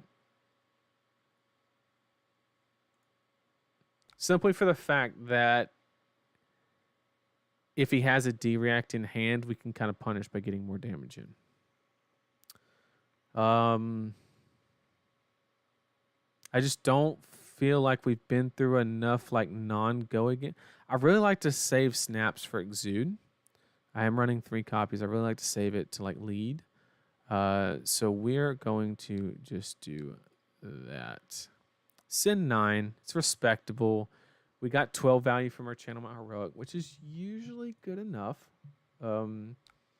It's not like anything game break. I mean, a 2-card 12. We take those, right, chat? We take those. And we did it through Warmongers. So, you know, we'll take that. And we get to get one of the best Arsenal cards in the game, right? So we're going to keep doing our thing. The question is, what are we doing after this? So we pitched a press at the bottom. So I don't hate throwing this at the bottom, to be honest with you. So let's do this, sinking this. That puts that and the press right next to each other. And then we'll pick go again. Wait, actually, let's undo because we need to make a rune chant first. So that way he doesn't get extra value from Rampart because we're not in that whole Scar go again situation. I hate picking go again on E-Strike because it's so inefficient. But I think because we have the press and the entwine together right now, it makes the EV just good enough. And so we'll hit go again, and then we'll get an extra 2 value from the 2 and 2. So walking through this game, since he's playing the way that I anticipated, my number 1 goal is to swing Rosetta Thorn as many times as possible because it's guaranteed leak damage on the 2 arcane, and it also has a little bit of physical mixed into it to really allow for some either deck damage or even more chip damage. So we're really just trying to swing that as much as possible. And we got the embodiment secured. Not that it matters because he blocked down the 2 cards. And he has the life gain there. Fantastic block there. And then we're back on it. So this is turned off, obviously. But this is another reason why I like this card so much.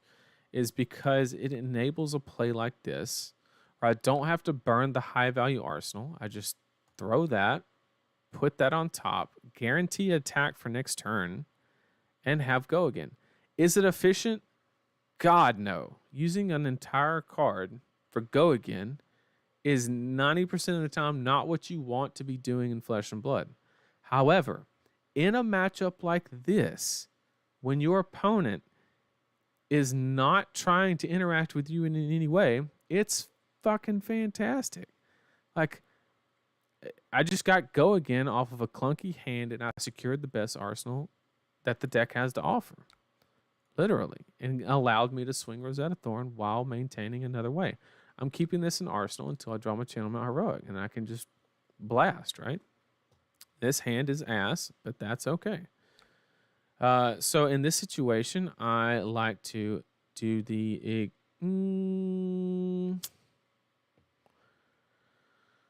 So I think in this situation, we actually need to swing Rosetta Thorn. What I was thinking was make a rune chant with swarming, but I think we actually go ahead and give up the arsenal here. Because it has the go again. We'll come in for 5. We'll have the Rosetta Thorn turned on. If he leaks here, which is very probable, we can go ahead and jam the swarming. We have to keep in mind our threat density. It's getting actually pretty low. 2 of our Channel Mount Heroics are pretty far down toward the bottom of the deck, which is unfortunate, but that's okay. Okay, so we have an option here. We can go ahead and jam this because it has go again. It's another 3. He obviously didn't want to block the 2 for our reason, so we're going to go and get that card, and that's a good card to get. And then instead of that, we're just going to pitch, and then we're going to arsenal that card. Fatigue is gross. You. Well, hopefully I'm not a hypocrite and I actually show you how to... these hands, bro. Okay, so this is a tricky one. Okay, so we're definitely using armor here. The question is... we're definitely using this because we need it out of the fucking deck.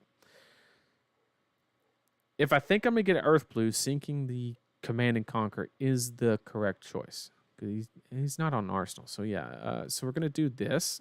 We're going to get 2 looks to get a channel is basically what we're trying to do. And we're going to block there and sink there. Fantastic. You can hear the sarcasm.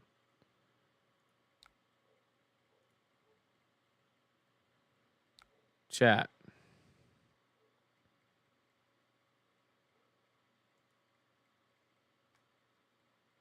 Chat, this ain't it.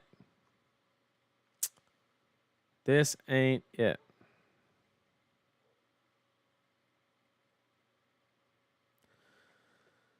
This is actually a very hard choice. There's a lot of options we have. We could throw the... I really don't like throwing the Exude here. Still a lot of... there's still some D-reacts, but like...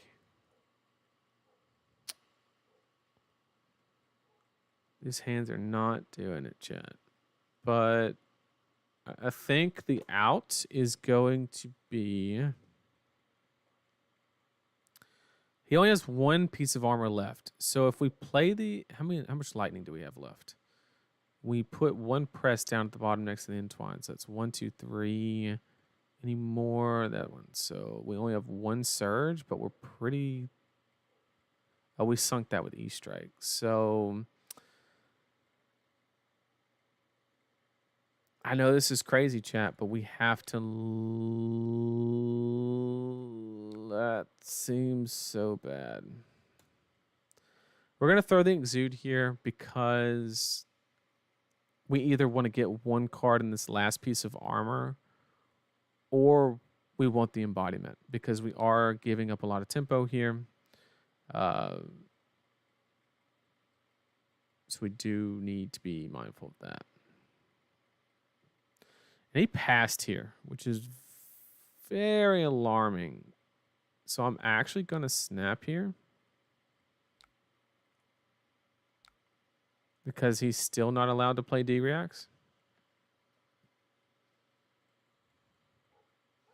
See, he was trying to hit me with this, is what he was trying to do. So the snap literally saved us 3 cards, right? Or at least 2 cards in our last bit of armor.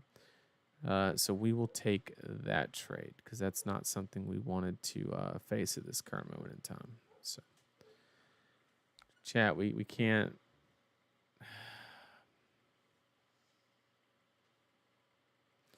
I need to be able to play Channel My Heroic, chat.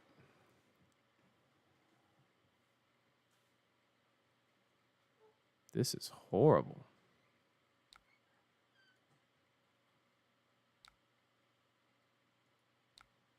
But I'm at such a high life total that I really...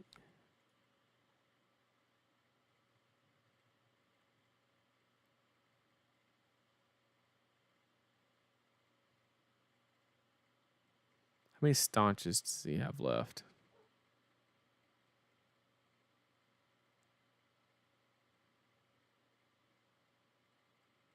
There's only 1 there? Okay, so what we're going to do is... Normally I like to save the Exude. But we're going to throw it in this situation because of... Well, the unfortunate part about ratios is we drew all of our Earth cards at the very beginning and then our channels at the very end, which was super unfortunate. But we will we'll do the best that we can. All I'm trying to do here is deny the staunch. That's all I'm trying to do, is deny the staunch response if he has one. That's all I'm trying to accomplish here. Holy shit.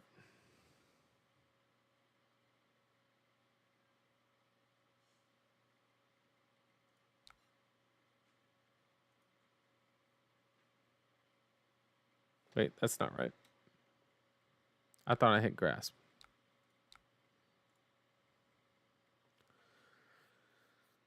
This is going to be really bad because it's not a high enough number. He's just going to pitch for the AB and then Rampart or D-React, even worse. But we don't have any other option. And then now he Starstrucks. Yep. This is as bad as it gets, chat.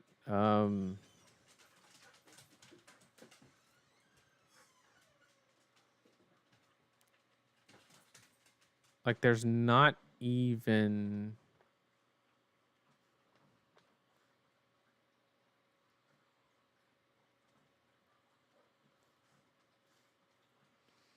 Let's get a threat count. So we've seen all 3 CNCs. Cripplings. We have 1 crippling, 2 crippling, 3 crippling. Red choke slam. 1 red choke slam, 2, 3 red choke slam. Spinal. 1 spinal, 2 spinal, 3 spinal. Okay, so that's every CNC crippling spinal. What about Starstruck? 1 on the chain, 1 there, and 1 there. So he's completely out of threats, chat. So what that means is we are going to block...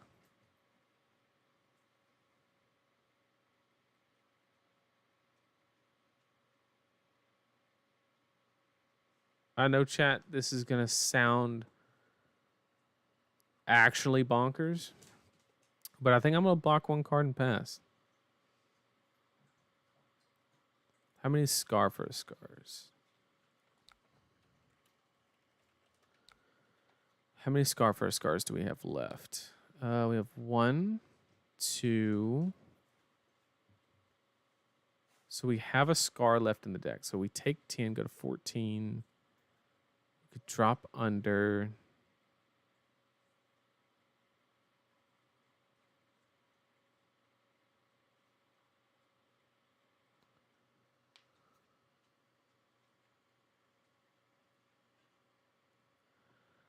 I'm literally going to block 2 here, chat, and just pass.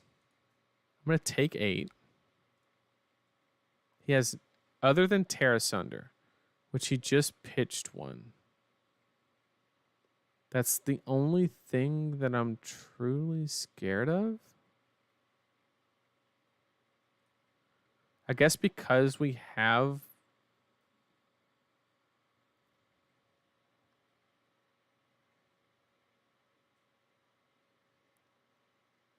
We'll go ahead and play the channel out because we have Pulse in 2 channels.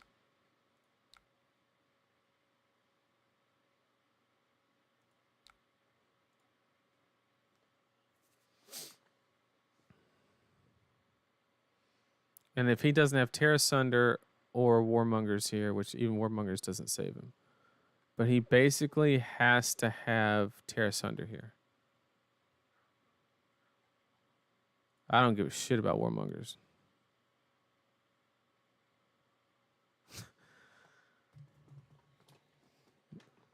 Alex, that's a bad time to shit talking Twine Lightning. Just won me the game.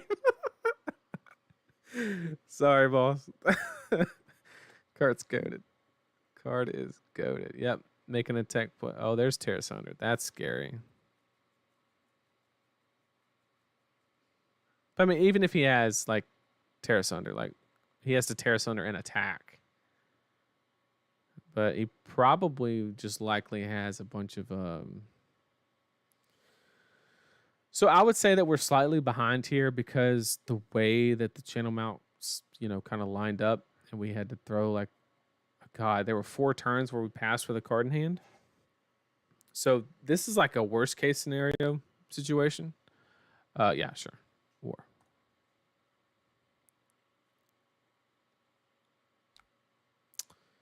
So, okay.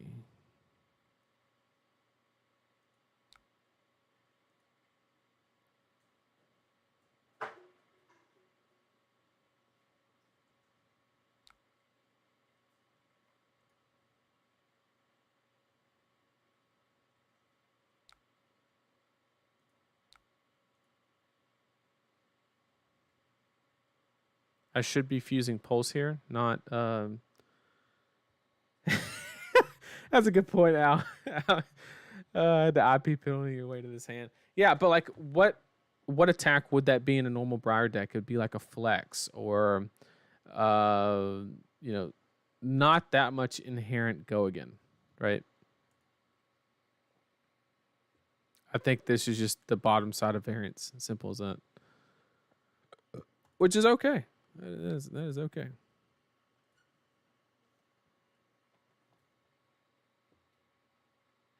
But it was a good exchange. We got a bunch of damage in. We got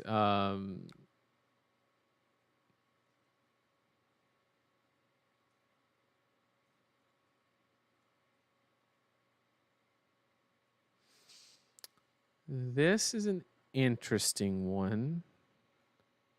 The channel should be coming up. I know we have... No, it should be in Twine Lightning, Nimblism, and Press. Should be coming up.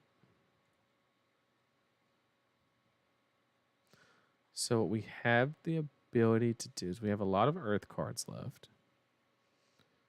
So we can double stack the channels. We don't have any Exudes left.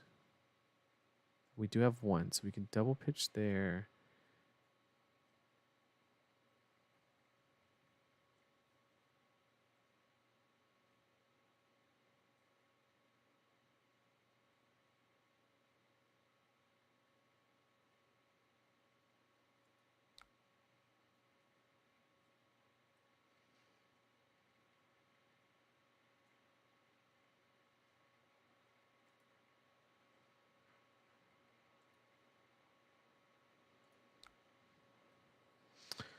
And then, so we've played an on-attack.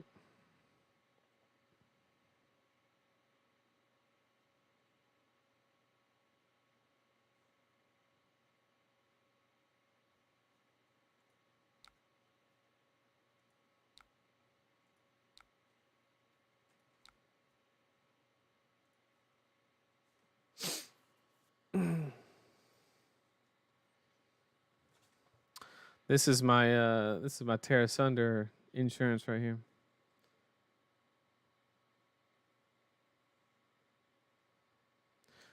Flex wouldn't have been good. I had a bunch of reds. Like Exude wasn't even good, really. I mean, I guess it would be relatively better, sure. But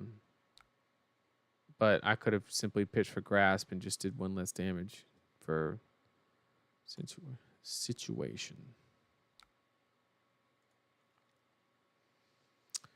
So we're starting to eke out a little bit of an advantage on cards. We still have tempo. He's given up all his cards. We have him almost out of armor, and we're getting in some chip damage. So that is ideal. Okay, and we have the Entwine coming up.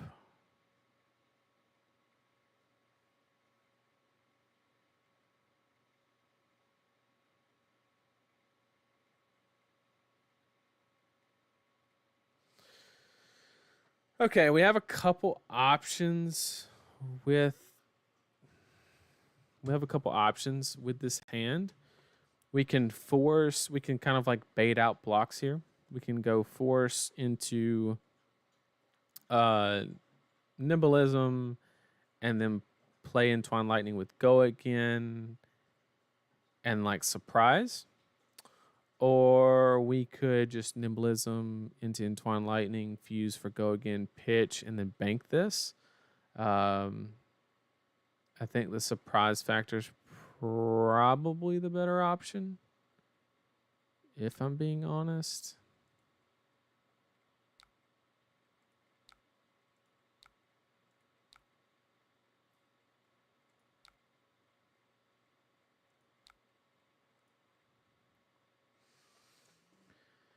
And it'll, like, there's no reason to play around it here. I mean, I guess it was pitched together, but I don't know. I think it's with only 8 cards in your deck, I think it's a lose-lose situation if you play around it.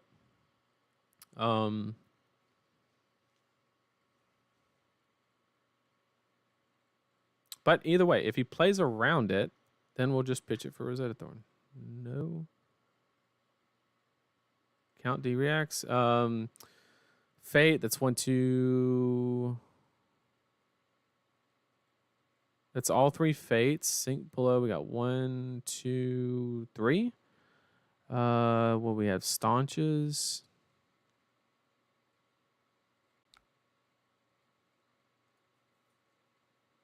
So he's blocking 8, right? That's 1, 2, then there.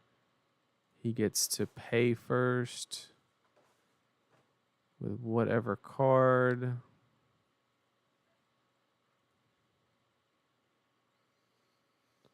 Then we press it.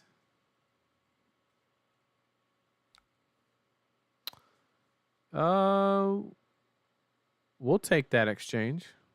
Card for card. And then we leak damage with Rosetta. I'll give up Channel Mount Heroic here.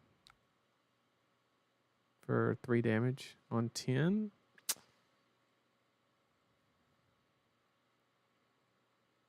Super close.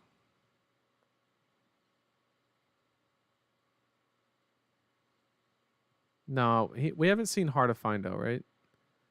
So we're just trying to do deck damage? Not really.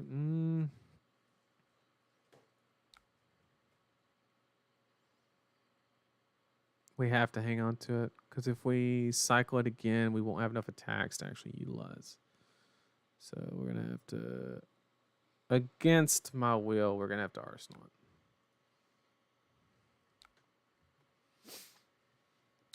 Okay, we go here.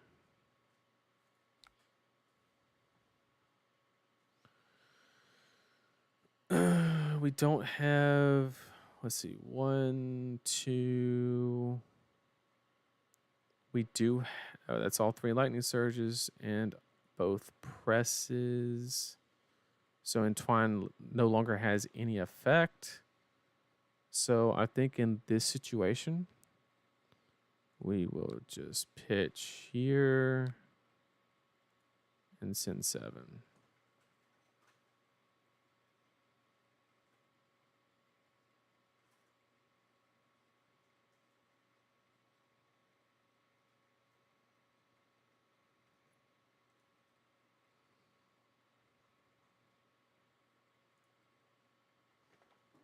Yeah, I have the other channel coming, but I need to stack them to close this out.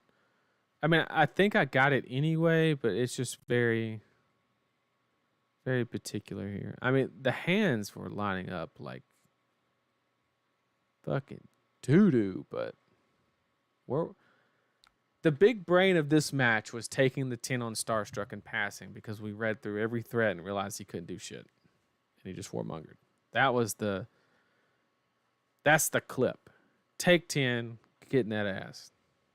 Not, I would not preach that on a value basis, but it was the correct call. Hate to admit it, but it was. Okay.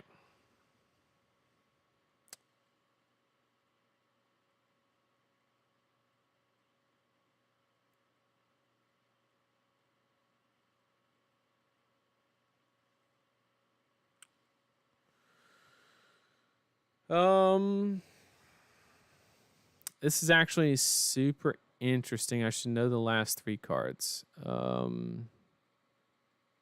It's 2 Earth Blues and what's the last card? Is it my Exude? No, all the Exudes are in. Oh, what was that? What's that top card? The bottom 2 cards are Earth.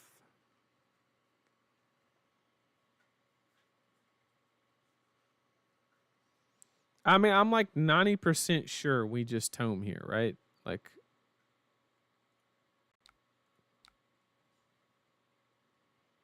okay.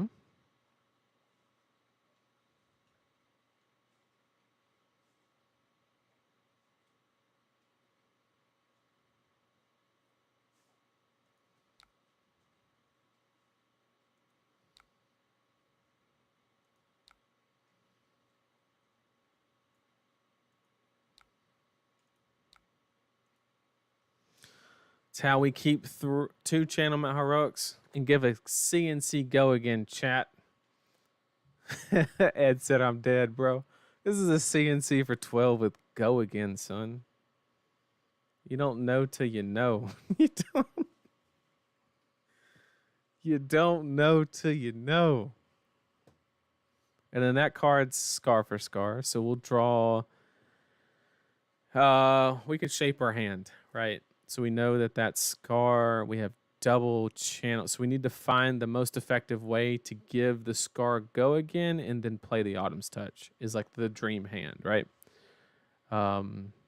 If it's possible. I'm not entirely sure it is, but we'll see. But this is a lot of deck damage right here.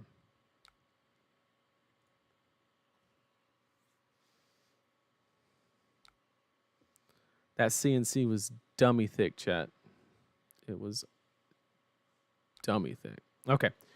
So we know the top card is Scar for a Scar. So we have. Oh, it doesn't fucking matter because we're literally just going to draw Scar in these 3 cards. So he wanted to undo.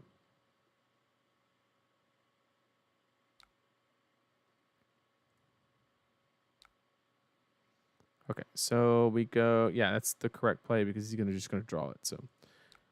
So this doesn't matter because all 3 cards will go into our hand with the Scar for a Scar. So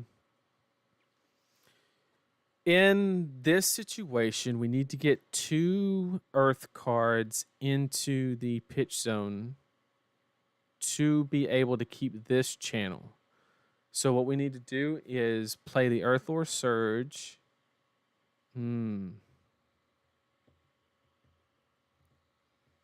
We have to big brain it, chat. We have to keep this channel mount out. So what we're going to do is we're going to double pitch, play the Autumn's Touch for 11. Then we're going to Arsenal the Scar. And then we're going to kill him with the Rosetta Swing on the crackback. Or, I mean, this kills him anyway. But, like, this guarantees that we keep this channel. We keep our attack. We draw our last 4 cards. He staunches this. Yep. And he has 3 cards in deck, right? Yep. There's no point to Arsenal here because we're just going to draw all of our cards.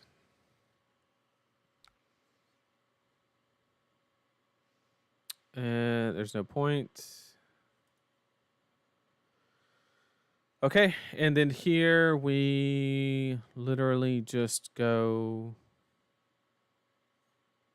Anthem into Earthlore, Scar with Go again, that'll be 11, Swing Rosetta, closes the game.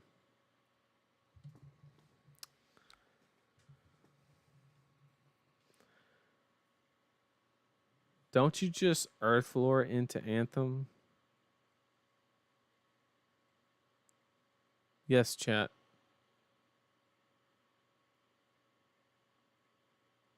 Ed said you did. It was all due to the dummy thick CNC. Okay.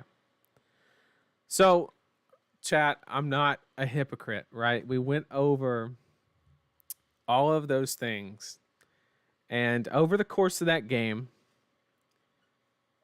thank you, Pokey, as well for the game. It was actually a great example of how... So, also, on a side note, he loaded 66 cards, right? I loaded exactly 60. And turns, it was 25 turns. I don't know if this is turn cycles or total turns. I'm not sure. But it says turn number 25. I don't know. I guess it is actually 25 turn cycles. That's actually insane. But it showed that, one, like, things happen, right? Unexpectedly, you don't have go again. You need to be able to, like, stack things up and just, you know, a lot goes into it. Sometimes you have to like make off the wall decisions based on, like, there's not a fab player in the world that would tell you to take 10 from a Starstruck in pass turn. Right? There just isn't.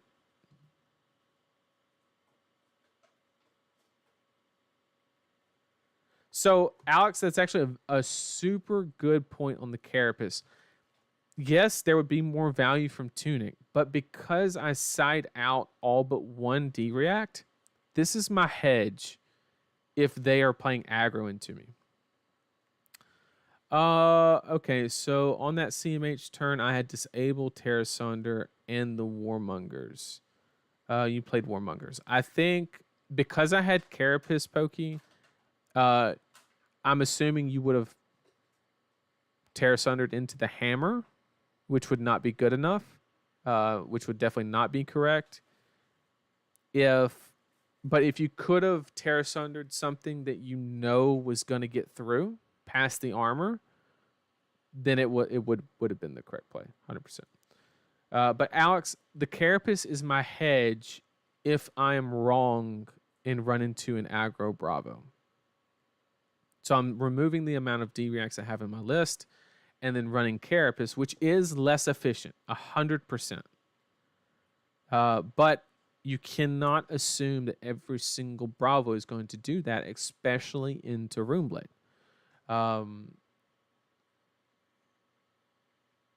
So, like the Carapace served a huge role. If that Carapace was a Tunic, I would have got Terra Sundered. But more importantly, that's not what it's there for. It's there because it is my hedge to if I am wrong and I run into aggro without D-Reacts. It is more of a fridge to help pivot, right? That is my strategy, basically. But one thing that we can also do is look at, this is what I referred to as the final state of the game, right? In the PowerPoint that I went over. This is the final state, right? After this turn, let's assume Pokey would have lived at like 4 life or something. I would have been able to just Rosetta or make a rune chant Rosetta because he does not have Heart of Findo, and I would have been able to close the game that way. Yeah, if it was just Hammer, then you made 100% the correct call. I just had the perfect hand that played around Warmongers because in my defense, I passed turn 14 times with an Entwined Lightning in my hand because I didn't have any go again. So, but yeah, I think, thanks again, Pokey, for the match. I think that kind of showcased exactly what can go wrong. It showed, I mean, just taking 10 off of a Starstruck and then just playing channel and passing, bro, is like, from a value standpoint, it's one of the worst decisions you can make in the game. But that decision won me the game. Because I couldn't block with those cards. There was too much deck damage within them. How would you go about not running out of gas in a deck like Katsu?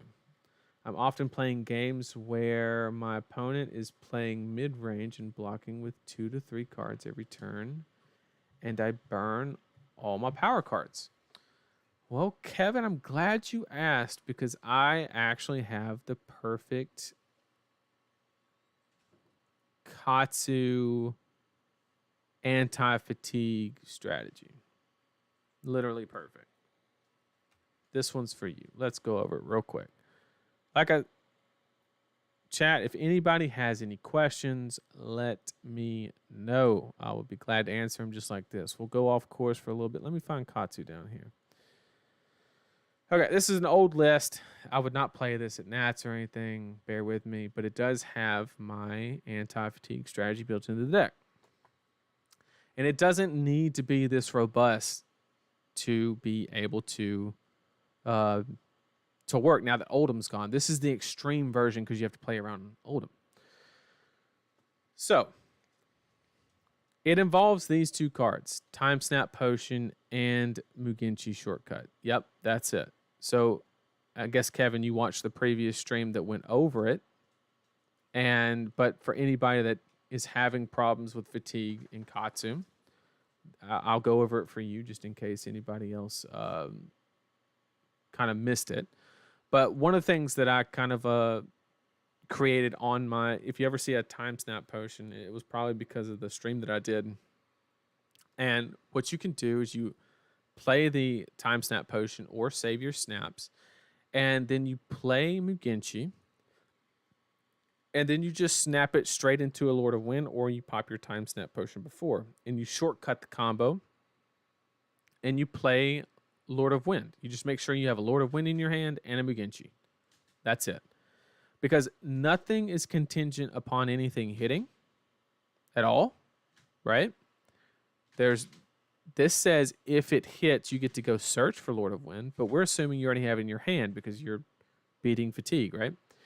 And so nothing is dependent on hitting. You can even do this line if you have Time Snap Potion. You can do this. You can eat a Spinal Crush to the face and still do this. You just pop the Time Snap Potion.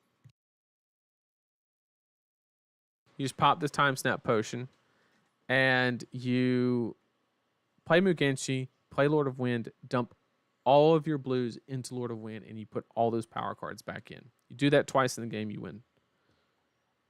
Or that twice against Oldham and you win. You do that once against Bravo, you're probably good enough.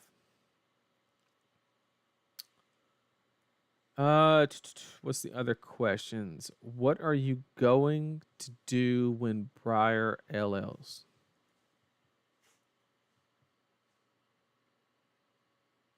I have no fucking clue. Not a clue. But we're going to figure it out. Tell you what. I just had to do that for effect, right? But that's a good question. You know, can we get a doggone cam? I don't know. I don't know if any of them want to come over, but man, they're playing right now. But yeah, what am I gonna do when Briar LLs? I don't have a clue. I will be honest though. I'm looking forward to it because it will force me away from the deck. What ends up happening during all of these tournaments lately is, I practice other decks, get a lot of reps in, and a bunch of other things, and then like some data point will come across. Like it'll be logical. I'm not a very emotional person, but one good data point will come across. Like for Pro Tour, it was like Oldhim is the best deck. Well, Briar's very good into Oldhim. So I was like, bet, I'm playing Briar. Like that's all I needed to hear.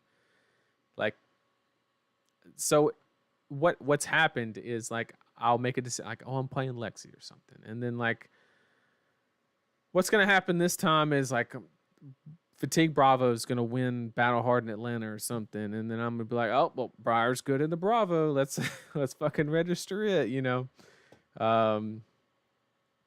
I'm hoping that she LL, so that's just no longer an option. I kind of feel like I'm trapped in an abusive relationship, but I say that like it's negative. I really enjoy playing Briar. I love it. I love how dynamic she is. I hate how inconsistent she is, but I try to play the deck as consistently as I possibly can in my deck decisions, and also the card counting. Obviously, I did not count cards in that match because it's very difficult to do chat, stream the match, and card count. But in tournaments, bet your ass I'm in there counting cards, getting it done. But getting it done is only 10th at the Battle Harden. But it was the highest Briar, so I'll take that. Yeah, I wasn't sure without Oldhim in the meta if it was worth running, though. Yeah, I would just reduce the count. Like, legit one time snap and like 2 Mugenshis, more than enough. Might not even need the time snap. Just save your snaps for that line, and it might be good enough. Depends on how hard your list relies on Snapdragon Scalers. I remember playing against Katsu and eradicating the Katsu's time snap potion, and they conceded. Yep, that it's a very important card when beating Fatigue. The calling showed people you can't forget about Fatigue. That is 100% correct. Ed, play other decks and you might top 8. We can't all be like you. We can't all be like you. Fist without Rosetta is going to be kind of whack. I can tell you right now as like a forecast, Viscera is going to have a very hard time into Bravo. Very well might just get fatigued after Rosetta Thorn's gone, because what's going to end up happening is you're going to have to either butcher the entire deck and go down to a 1 cost instead of Shrill. You're going to have to go like Spellblade Strikes and then pivot to Nebula Blade, or you take the current iteration and then just throw in Reaping Blade. The problem is you have no chip damage with Reaping Blade, right? It's just a 1 resource for 3. It fits inside the curve, but it also doesn't let you close any games out. And it makes the mirror matches very weird because almost every Runeblade mirror ends on that Rosetta swing or Grasp, make a Rune Chant swing, right? 100% believe people forgot about Fatigue. Yep, mindset. Oldhim is gone. Yep. Fatigue's not gone, and that proved it. So the biggest thing that I can advise everybody to do, you shouldn't obsess over it like I do. I wouldn't recommend that for anybody. But what you definitely need to do is see if there's a combination within your deck, right? Like this Briar deck, for example, it's like you have a couple decisions you can make. You can say, I could take this round's on me out and put in So tomorrow. Like that's a valid you up your earth count, it blocks a little less, and it's like more anti-fatigue, right? And then maybe you could take out Pulse Candlehold, right? Or maybe you do something else and you can like just remove Pulse. Pulse is basically my stopgap. It's where I found mathematically it was just all that I needed to beat fatigue, and it blocks 4 against Lexi. So that's kind of the thought process there. Was Pulse was just good enough, just good enough. But thanks again, Pokey, for that match. That was a very, very good example. Thank you for not making me look like a hypocrite and preaching about fatigue for an hour just to get my ass whooped by it. That would have been horrible. No, but Pokey is a fantastic player. He played it perfectly. Anytime that he saved his armor for opportunities that he wanted to present on hit effects, which is what the Bravo players should be doing, not just preventing an embodiment has to, you don't prevent an embodiment and then swing a hammer. It doesn't make any damn sense, right? Sure, it prevents me from blocking 3 on the hammer, but that's not your win con. Your win con is you time walk me with Spinal Crush or Starstruck or whatever, right? That's your win con. And you basically produce a lot of deck damage by doing things like that. Yeah, so he just played it perfectly on when you are supposed to jam the armor, when you're not, and all of that. So very, very well played.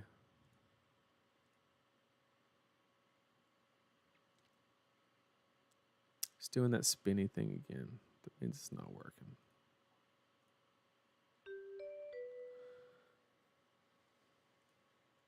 But I really hope that also, if you're just now joining or whatever, feel free to scroll on back or watch the VOD to go over what we went over for the fatigue.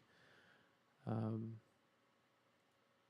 I hope just everybody got a lot of value from it. I really do. That's what I hope the most. It was when I was a new player, it was the most frustrating thing for me to lose against fatigue.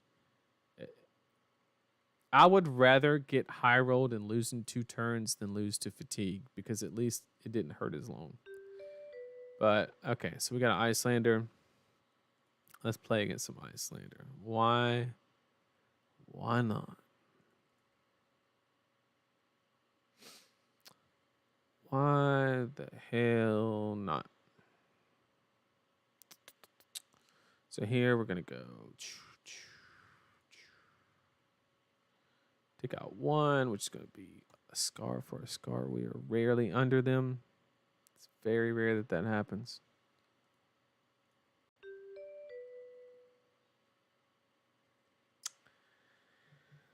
In a heavy Dromai Viscera meta, what do you think is a good choice? Dromai Viscera meta.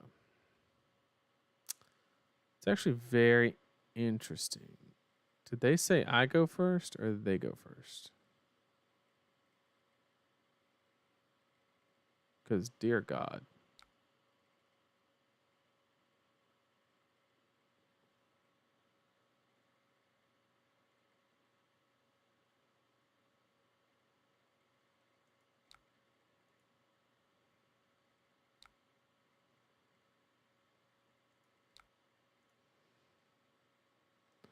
We big braining it out here with the Shock Charmers getting the free filter. The free filter chat. We big braining it. If he doesn't just dumpster me with a wounded bull or something. Okay, that's fine. Sure.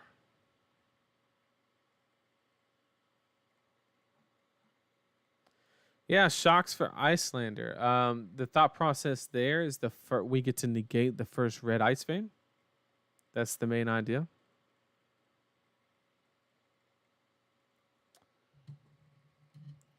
A heavy Dromai Viscera meta. What do you think is a good choice? Dromai Viscera. I would say Bravo is kind of bad. I would say Katsu or maybe Lexi if you can play the Dromai matchup very well.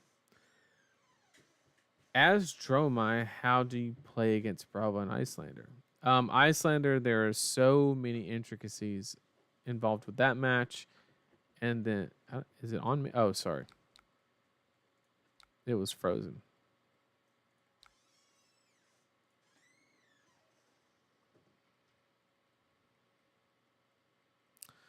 So we got to filter and stop all the damage turn one, which is pretty ideal. We obviously don't get to play it, which is super sad, but that is a-okay.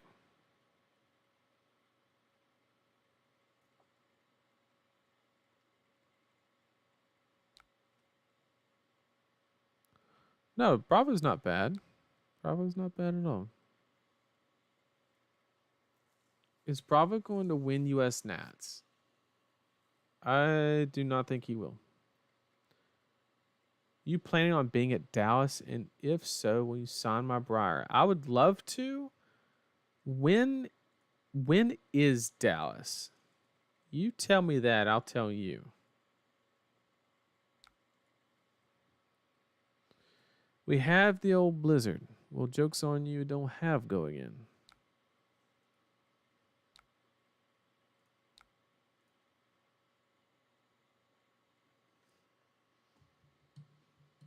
I'd love to sign it the next time that I see you. And I might be at Dallas.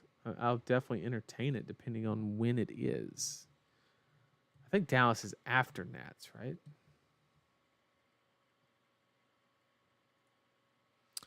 We leaked a damaged chat. He has 2 cards. We get peaked very often. So in this situation, just min-maxing here, 9 times out of 10, I like to arsenal the non-earth card because of fuse potential. Very big mistake is like a lot of Briar players will arsenal the channel, but we need the opportunity to fuse if we need to. And it's a better blocking card if we really needed. But in this situation, we will just take... Go and get the block there. Might as well. October 20th. Let me check the books on that. I don't see why I couldn't.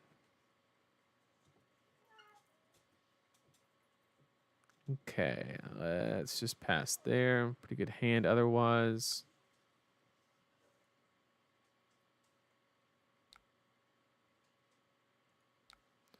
Arsenal's been there a minute. Very interested in what it is.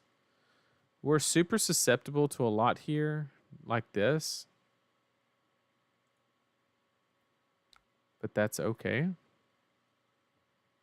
We didn't pay a whole lot to do it. So, yes, we will pay...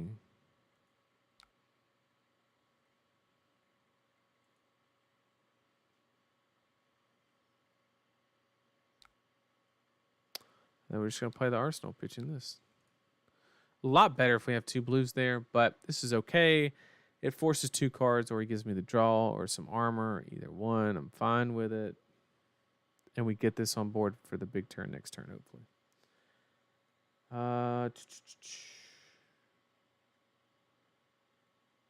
I'm on a quest to have assigned here from each specialist player. That's super cool. I'm so glad that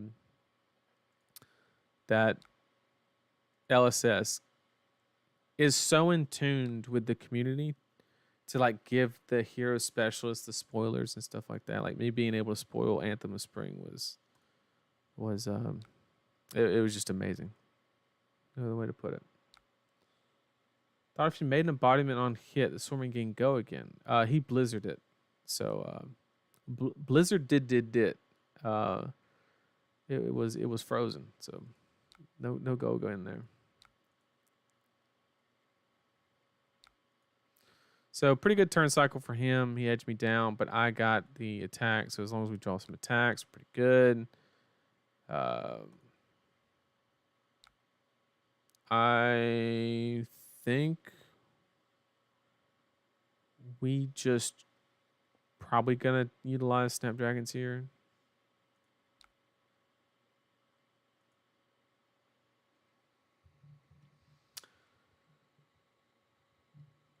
I remember I got into Fab when Nom won Dallas. Yep, on Oldham. So the car guy's gotta come with it all again. That's right. Ravi, what's up? I just read that was you. Long time no see, man. Long time no see, Ravi. I think the last time I saw you was at Worlds, right? Where you been?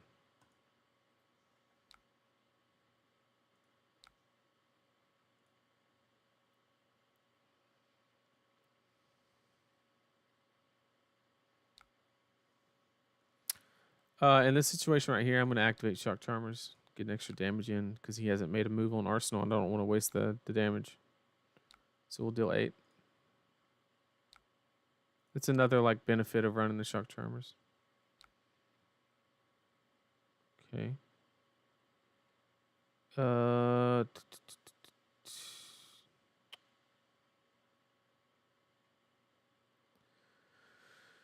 Do we give in to the turn cycle is the question. I might play Lexi. Who knows? Ed, you play Lexi, you gonna fuck around and find out. I'm scared of how good Mechanologist with an extra heal ability would be. Yeah, it's kind of scary. Awesome, you're gonna be in Vegas. Looking forward to it, Robbie. Okay, we don't want to give up our AB, obviously, so that block's good. We have a juicy 4 block right here, just begging to be used.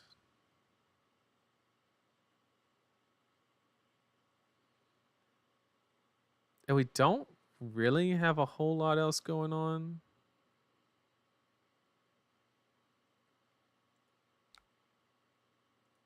This play does get blown out by Channel Link Frigid, but he's already blocked with one. We just kind of have to take that chance, unfortunately.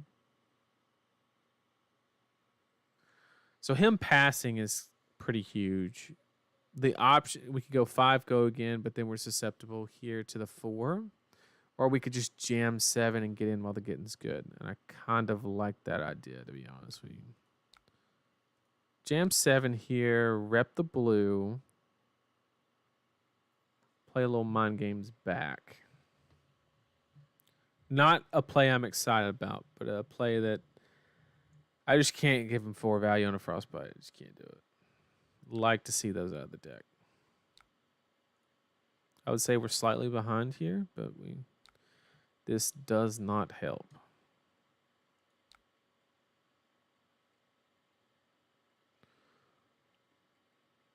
Boy, this hand sucks.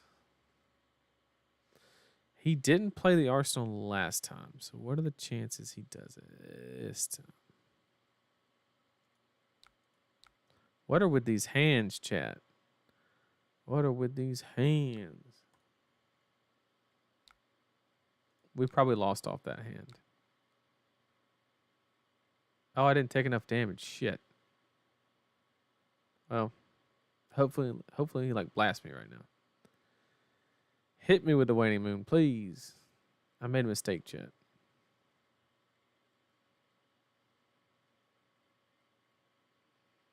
We like to see that.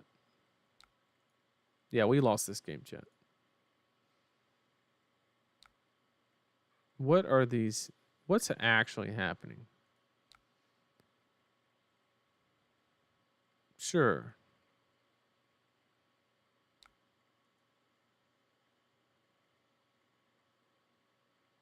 Like, there's just nothing I can do. He hasn't played. This can't be like any. So I just need to maximize here. I haven't been able to fuse this Bramble Spark for 4.5 turns. So this needs to go in Arsenal. So we're going to play this, pitch for Rosetta, which means this is a dead card.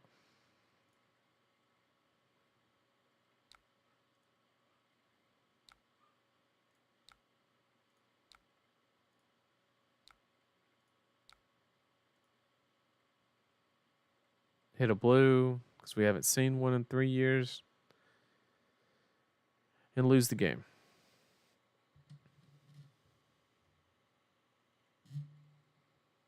Matt, you're wishing it into existence. Don't do it to me.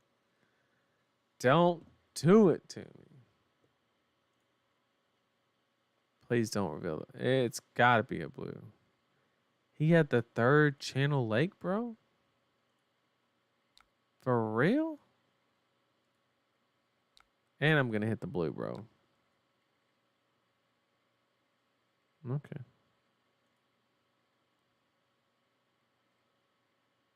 Wait, he still gets 4 value from it right here because I can't do anything.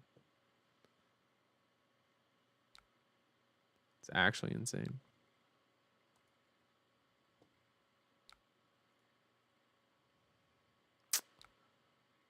Yep, there's just nothing we can do about it.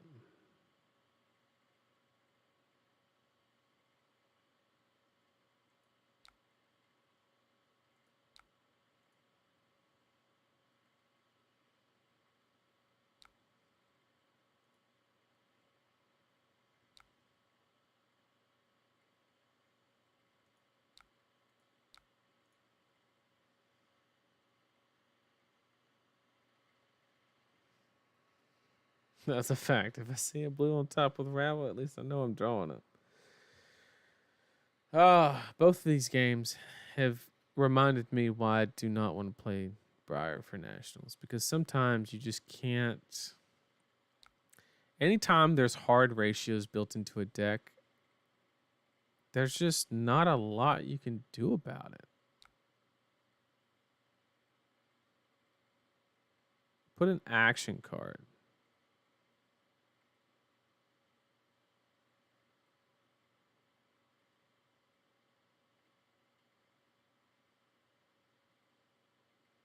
To the top of the deck.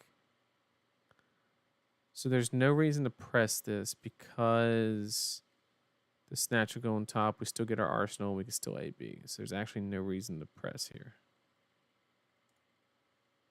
Like, I'm not giving up any value, but not pressing.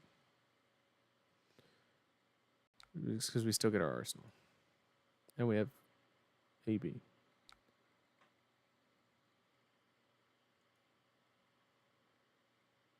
In this situation, there is, because I need an embodiment in case he tries to wounded bull me. Although this looks like an ice vein here. Wouldn't you know? Okay, it's not. He's showing. Oh my god. Okay. So he's showing a blizzard. He has to arsenal that blizzard, right?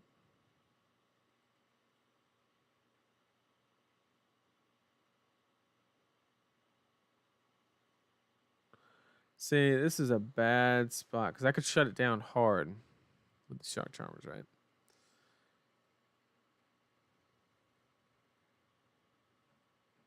I'm fucked no matter what I do.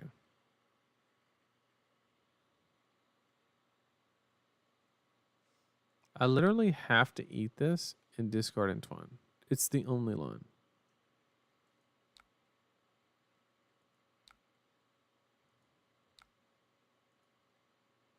It's the only line. Because if I was to AB1... oh, fuck. He was going to Waning Moon. Okay. I was just wrong then. Oh, fuck. So now we know... Okay, there's no information or anything. So this is a dead card. We go ahead and... So we basically leaked the damage for no reason. Is the net result.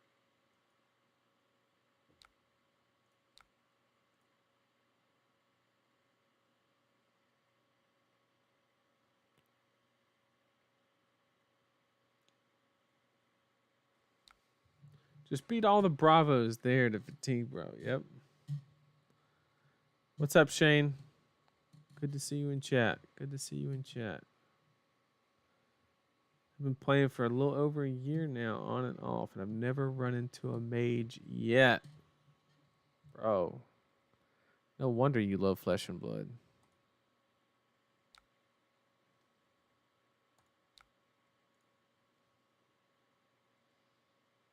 If Wizards didn't exist, bro, it'd be even better game. Even better. Yeah, we're so far behind here, chat.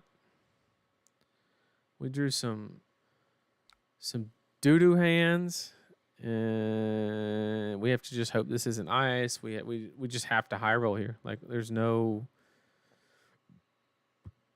like, what am I hoping to accomplish?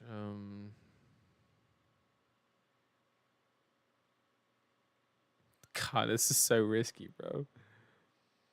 But I have to. I don't have an actual choice.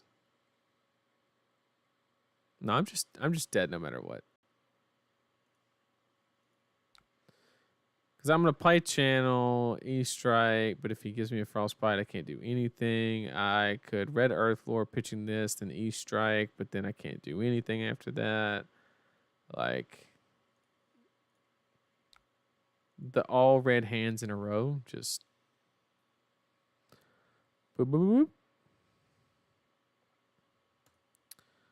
We can do one more. One more, chat. GG to the Icelander. We got dumpstered. Heart of the cards, baby. Heart of the concession.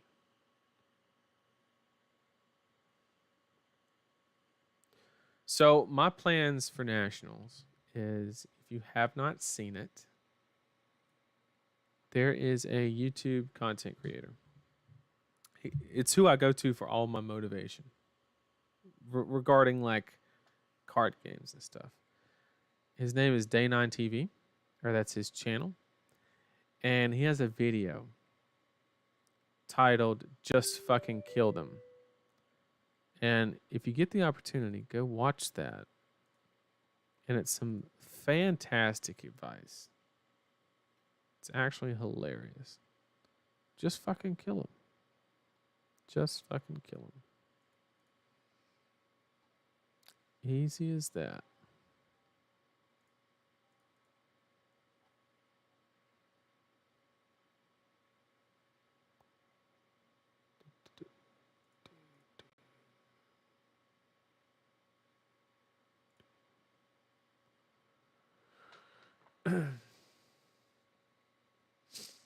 The sooner ice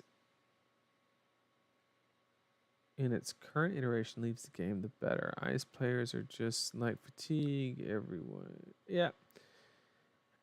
Ice, don't get me wrong. I fucking hate it too, right? But what I can say is that, God damn it, bro. It's actually annoying.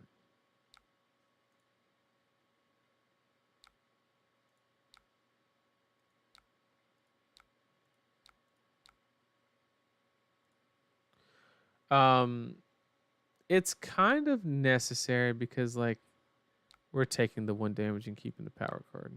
Worth it every time. God, what a start, bro. 3 chip damage and an E-pot? Get out of here.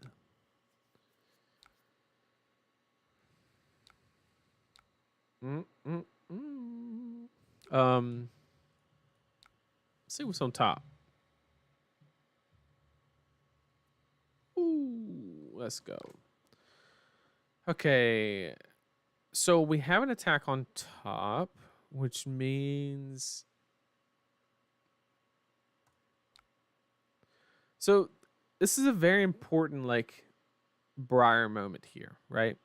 Obviously, Nimblism on the surface is worth 3 damage, right? And we tell him while I'm explaining this that I'm thinking. So on the surface, playing Nimblism is worth 3 value. Pitching here is for Rosetta Thorn is worth 4 value. So you should do it every time. But that's not always the case. Okay. Because what you have to look at is the possible implied odds on the next hand, right? If this produces a go again with a channel mount and saves my snapdragons, and it's worth way more than one more value, right? So in this situation, I'm actually going to pass and arsenal it to increase the odds of getting that embodiment of lightning by giving. I'm sacrificing one value for the potential of, 4 or 5, depending on if it saves my Snapdragon scalars and gives me go again when I need it.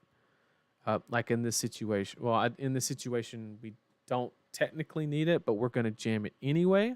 So yeah, in this situation, it saved my Snapdragon scalars because what I can do is I have the ability to entwine lightning fuse, right? So we'll send 7.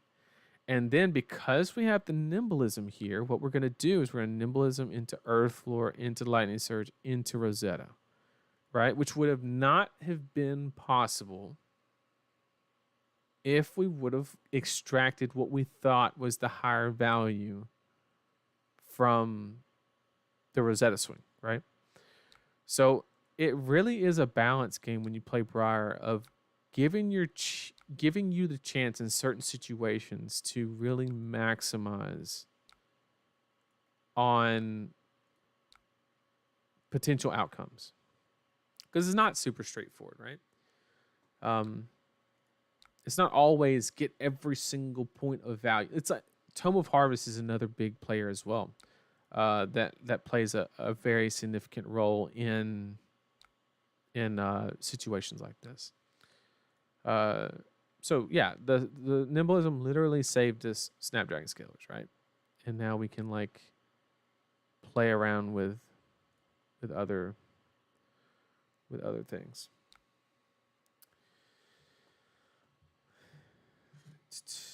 It's all them damn Canadian players. Well, if you lived in the snow, you would probably be more inclined to play Ice Heroes, right? Or should I say A? Is that a Canadian thing? Canadian people say A? Visuals are great. Keep the PowerPoints and such. Thanks for the feedback. Everybody seems to enjoy them, so we will keep on keeping on.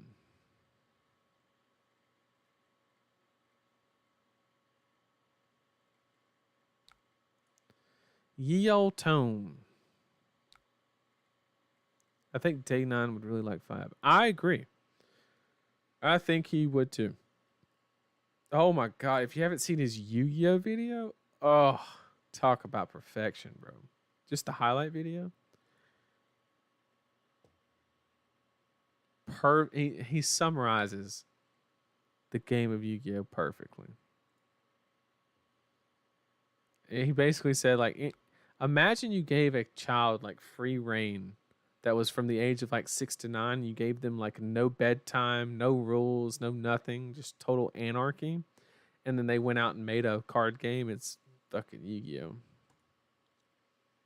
It's actually hilarious. We obviously have to let this hit because we're not doing dick else, right? He's going to hit his shit blue. That's not a shit blue, but it's also a card that I don't mind him like getting out of his deck in this situation. He has 2 E-pots, so we are in no way in a good spot here. Just to be double blazing. That's cool.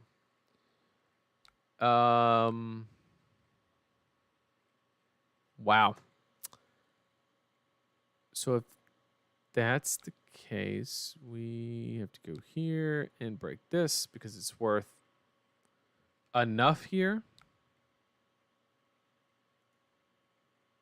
God, that was a good tone, bro. Holy shit.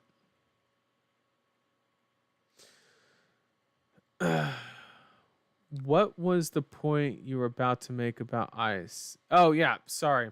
There's so many things going on, Matt. Thanks for bearing with me and thanks for reminding me. So the necessary part about ice is it forces opponents to interact with other players, right? it's important to have aspects of a game that force that interaction, right? Because I'm not saying that the game would result to a situation where people are just slapping each other with five, basically, right? But you have to like have some mechanic that says you are going to play the game with me. You might smell funny, but you still got to play with me, right? You have to have that type of mechanic built into the game just for it on the simple basis of it being healthy, right? It's just super important for the game. This lets him opt if it hits. I don't know that I give a shit, if I'm being honest.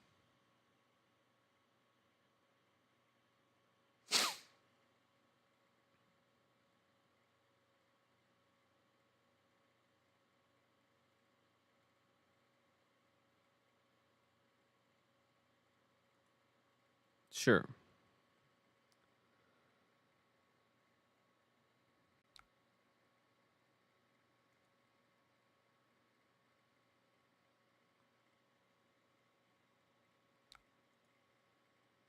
You really need to like have things built into the game where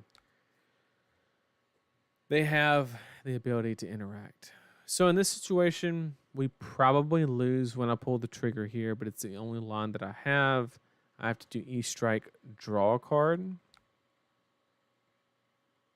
And then basically one of two things. The game's decided here. Either he goes and has enough damage and we lose holding the blue, or he doesn't go and then we basically force blocks here and we close the game out with the CNC taking the arsenal. One of the two things happen during this turn. So this is either the last, that's not good for us. Not at all. Yeah, that's pretty bad. Pretty bad. I don't even know whether we can't let him opt 6, right? God damn. Like, this basically means he doesn't have wildfire, right? So we just have to reduce his chances of getting it. Because at 20, he doesn't really need wildfire per se. So we're just gonna reduce the opt here and hope and dream. How to counter fatigue players' death by PowerPoint. That's a good one. That's a good one. If not Briar, who would you go with for nationals? Right now, I'm he got it. Yep. So right now, I'm looking at either Lexi, maybe Katsu. I don't know. I'm looking at a couple things. Oh, is he short? Oh, he has exactly 2 over. Nice. So I wonder if that was a misplay on the sorry, not quick rematch. Very interesting point there at the end of that game. I wonder if it was correct to just save the blue. It looked like he was kind of in desperation mode, so I was just trying to deny the ops. I thought that was the higher EV play. I will admit that could have been wrong. Probably should just save the blue for the and it was super unfortunate that we had to burn shock charmers, not just on the double blazing off of the damn. Yeah, definitely wouldn't take Axe's Dory. Unfortunately, I would love to play that deck. Nothing would make me happier. But right now, I'm in a weird situation where I really have to try hard because currently I'm ranked like 57th in the world for constructed elo. And I don't have a PTI right now. So I'm trying to qualify for Worlds by going into the top 50. So I need to go up 7 spots, which is only it's only probably like 6 or 7 elo points, maybe 8. So it's not a lot. I just have to maintain, right? The problem is once you're in that threshold of like 1750 elo or whatever, each loss hurts like a lot. A good example I think it was on Twitter. It was Ian Zhang is like up there as well. I think he's actually higher than I am, but the point is he's up there, and he basically um, he went 7-4 at the Calling Birmingham, so he almost won twice as many games that he lost, and he lost like 30 points. So it gets very cutthroat the higher you go. It's kind of one of the reasons why Michael Hamilton was upwards over I think he was over 2,000, and now he's under 1,900. Not saying he's bad or anything. It's just very hard to maintain those numbers. I'm not saying that I'm anywhere near that, but currently I have to try my absolute hardest to break into the top 50, which is only a couple of ELO points away, and secure that invite. Kind of sad that us here in smaller countries struggle to get our PTI/invite to World since we can't grind as hard. I hate it as well. I know that I'm super fortunate being in the U.S. I've had the amazing opportunity to attend just about ever since Worlds or Nats 2021, I've attended every U.S. event that was above a Battle Hardened. And I've been to Pro Tour Lille, and I've just been super fortunate, and definitely do not take it for granted. I wish that everybody across the world, I can say it's getting better, right? Like Europe's getting more callings. Is it as much as the U.S.? Of course not. But hopefully, I think isn't there a calling happening in Brazil? Like that's pretty cool. I don't remember. I saw the OP announcement. I don't remember if it's a calling or a battle harden, but super cool. I hope that it does. I hope that the number increases, but at the same time, I mean, LSS is a small company. These events are very expensive, and they need large turnouts. I don't even think it's LSS. I would assume, I'm not sure how the business model works, but I would assume that the tournament organizer is kind of the say so on like whether a country gets an event or not, because they're the ones that are basically trying to turn a profit basically on the event, which I doubt any of them are profitable. But, if they can't get enough people to show up, then, I'm not sure how all that stuff works, but I just know there's a lot of moving parts, and I hope that people in other countries get more opportunity. Fight fatigue with fatigue. Yeah, I mean, you can. Yep. Just play 70 cards. I do agree. Deck damage. That's one of the things we went over. You said you may be considering Katsu for Nats. Have you been brewing the list at all, or he's just on the radar? He's just on the radar right now. As you know, Kevin, before I've been playing around with Katsu, so I'll just like make edits and go from there, kind of thing. It's nothing that I need to like spend a whole lot of time on. He's just in the back pocket, waiting for the right moment. Still worried about some consistency issues, but he's definitely a option. Just in a small town. Luckily, a group of us have traveled to a few battle hardens. Awesome. Does Fab print cards in non-English? They do. Don't quote me on this. I'm not too versed in it. But they have history packs. And the history packs are printed in German, Spanish, Italian. There's one more. German, French. French, Italian, German, and Spanish, I think, are the 4 languages that the history packs are printed in. And every set past, I want to say, Uprising was printed in those languages as well. Don't quote me on that. I just think that's how it is.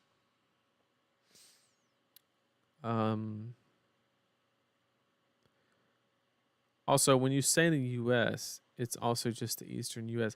That's a very good point, actually. Like people say, like, oh yeah, the U.S. gets a lot of events, but the difference between an event being on the East Coast and the West Coast is huge. I mean, the difference between Virginia and California is literally almost is probably the size of mainland Europe, right? Like it's a long ways apart.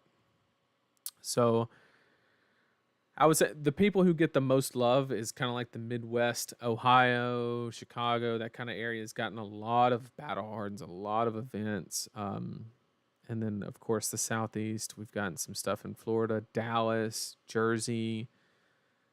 Worlds was on the West Coast, but I think there's only I don't even think that there hasn't even been a calling except for Vegas.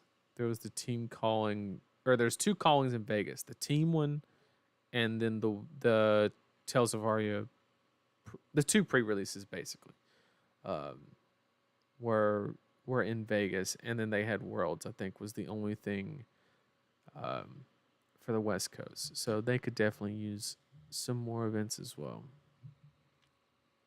Atlanta represent. That's a fact. I can't wait. Atlanta's only like a 3-hour drive, so I'll definitely be at that battle hard. And somehow it's more money for us to travel within one country than Europeans across the continent. Man, I could do a whole stream on that. I'd. It's yeah, no comment. No comment.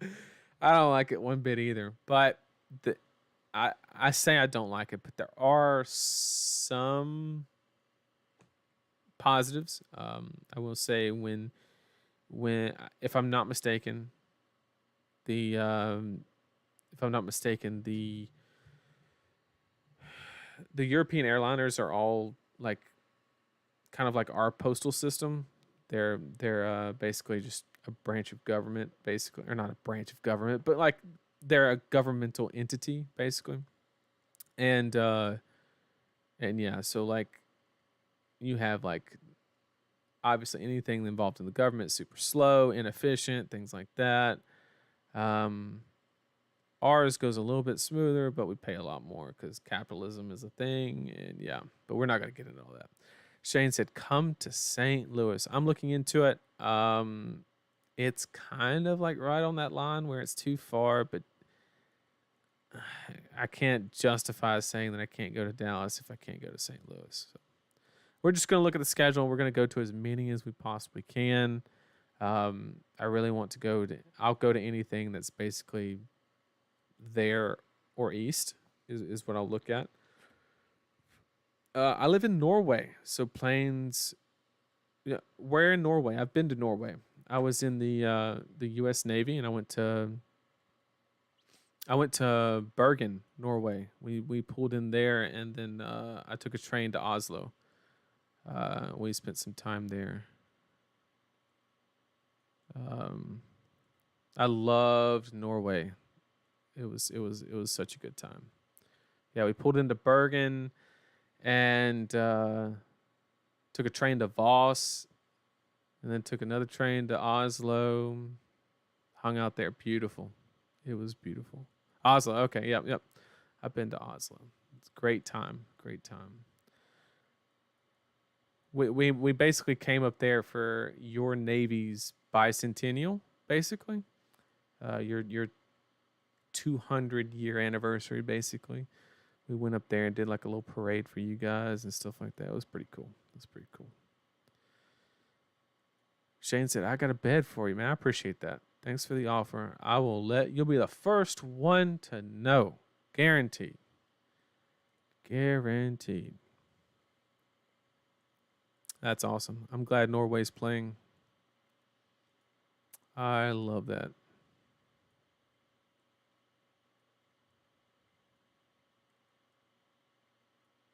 I love that. Well, we played some games for better or worse. The Bravo one was a perfect example of what to do against fatigue. If you're just now tuning in or you tuned in kind of recently, we went over fatigue, and then Pokey was nice enough to give us a great example of what that looks like. A very good showcase on what to do, what decisions you have to make, what the decision process looks like on a turn by turn basis, all 25 of them. And it was just a great showcase of what decisions you have to make to execute and how tight the margins are, right? And it was a good example of what, when everything could go bad, how to still get there. And so check that out. Also, next week we got something great planned. Let me put this out there real quick. Yeah, if you missed the Bravo match, go back and watch it, but hang on 1 second. So, those of you who don't know, Alan Lau, this in no relation to Josh Lau, but Alan Lau, he's from Hong Kong. He is the team captain of Team Blue Pitch. If you don't know Team Blue Pitch, we do a lot of the team matches with him. He's a fantastic player. He placed 9th at Worlds. He top aided a calling. He went undefeated. They won a pro tour. Just can't praise the guy enough. An amazing player, Alan Lau. We are going to do what I think he called a conquest match. If you're familiar with how Hearthstone tournament play is done, what me and Alan are going to do is we're going to pick like 4 or 5 heroes, and we're each going to ban a hero from the opponent that they can't play. And then you play all of your heroes, and then you keep playing. You can switch like as often as you want until a hero wins, and then they're locked out. And then when you win with each hero, you win, basically. So there will be, because that could take some time, depending on how many matches and whatnot, we will be jumping straight into that next week. There probably won't be any lesson piece, or I calling it lessons. I'm not a teacher or anything. I just just trying to give people value. But yeah, we're gonna do that conquest match.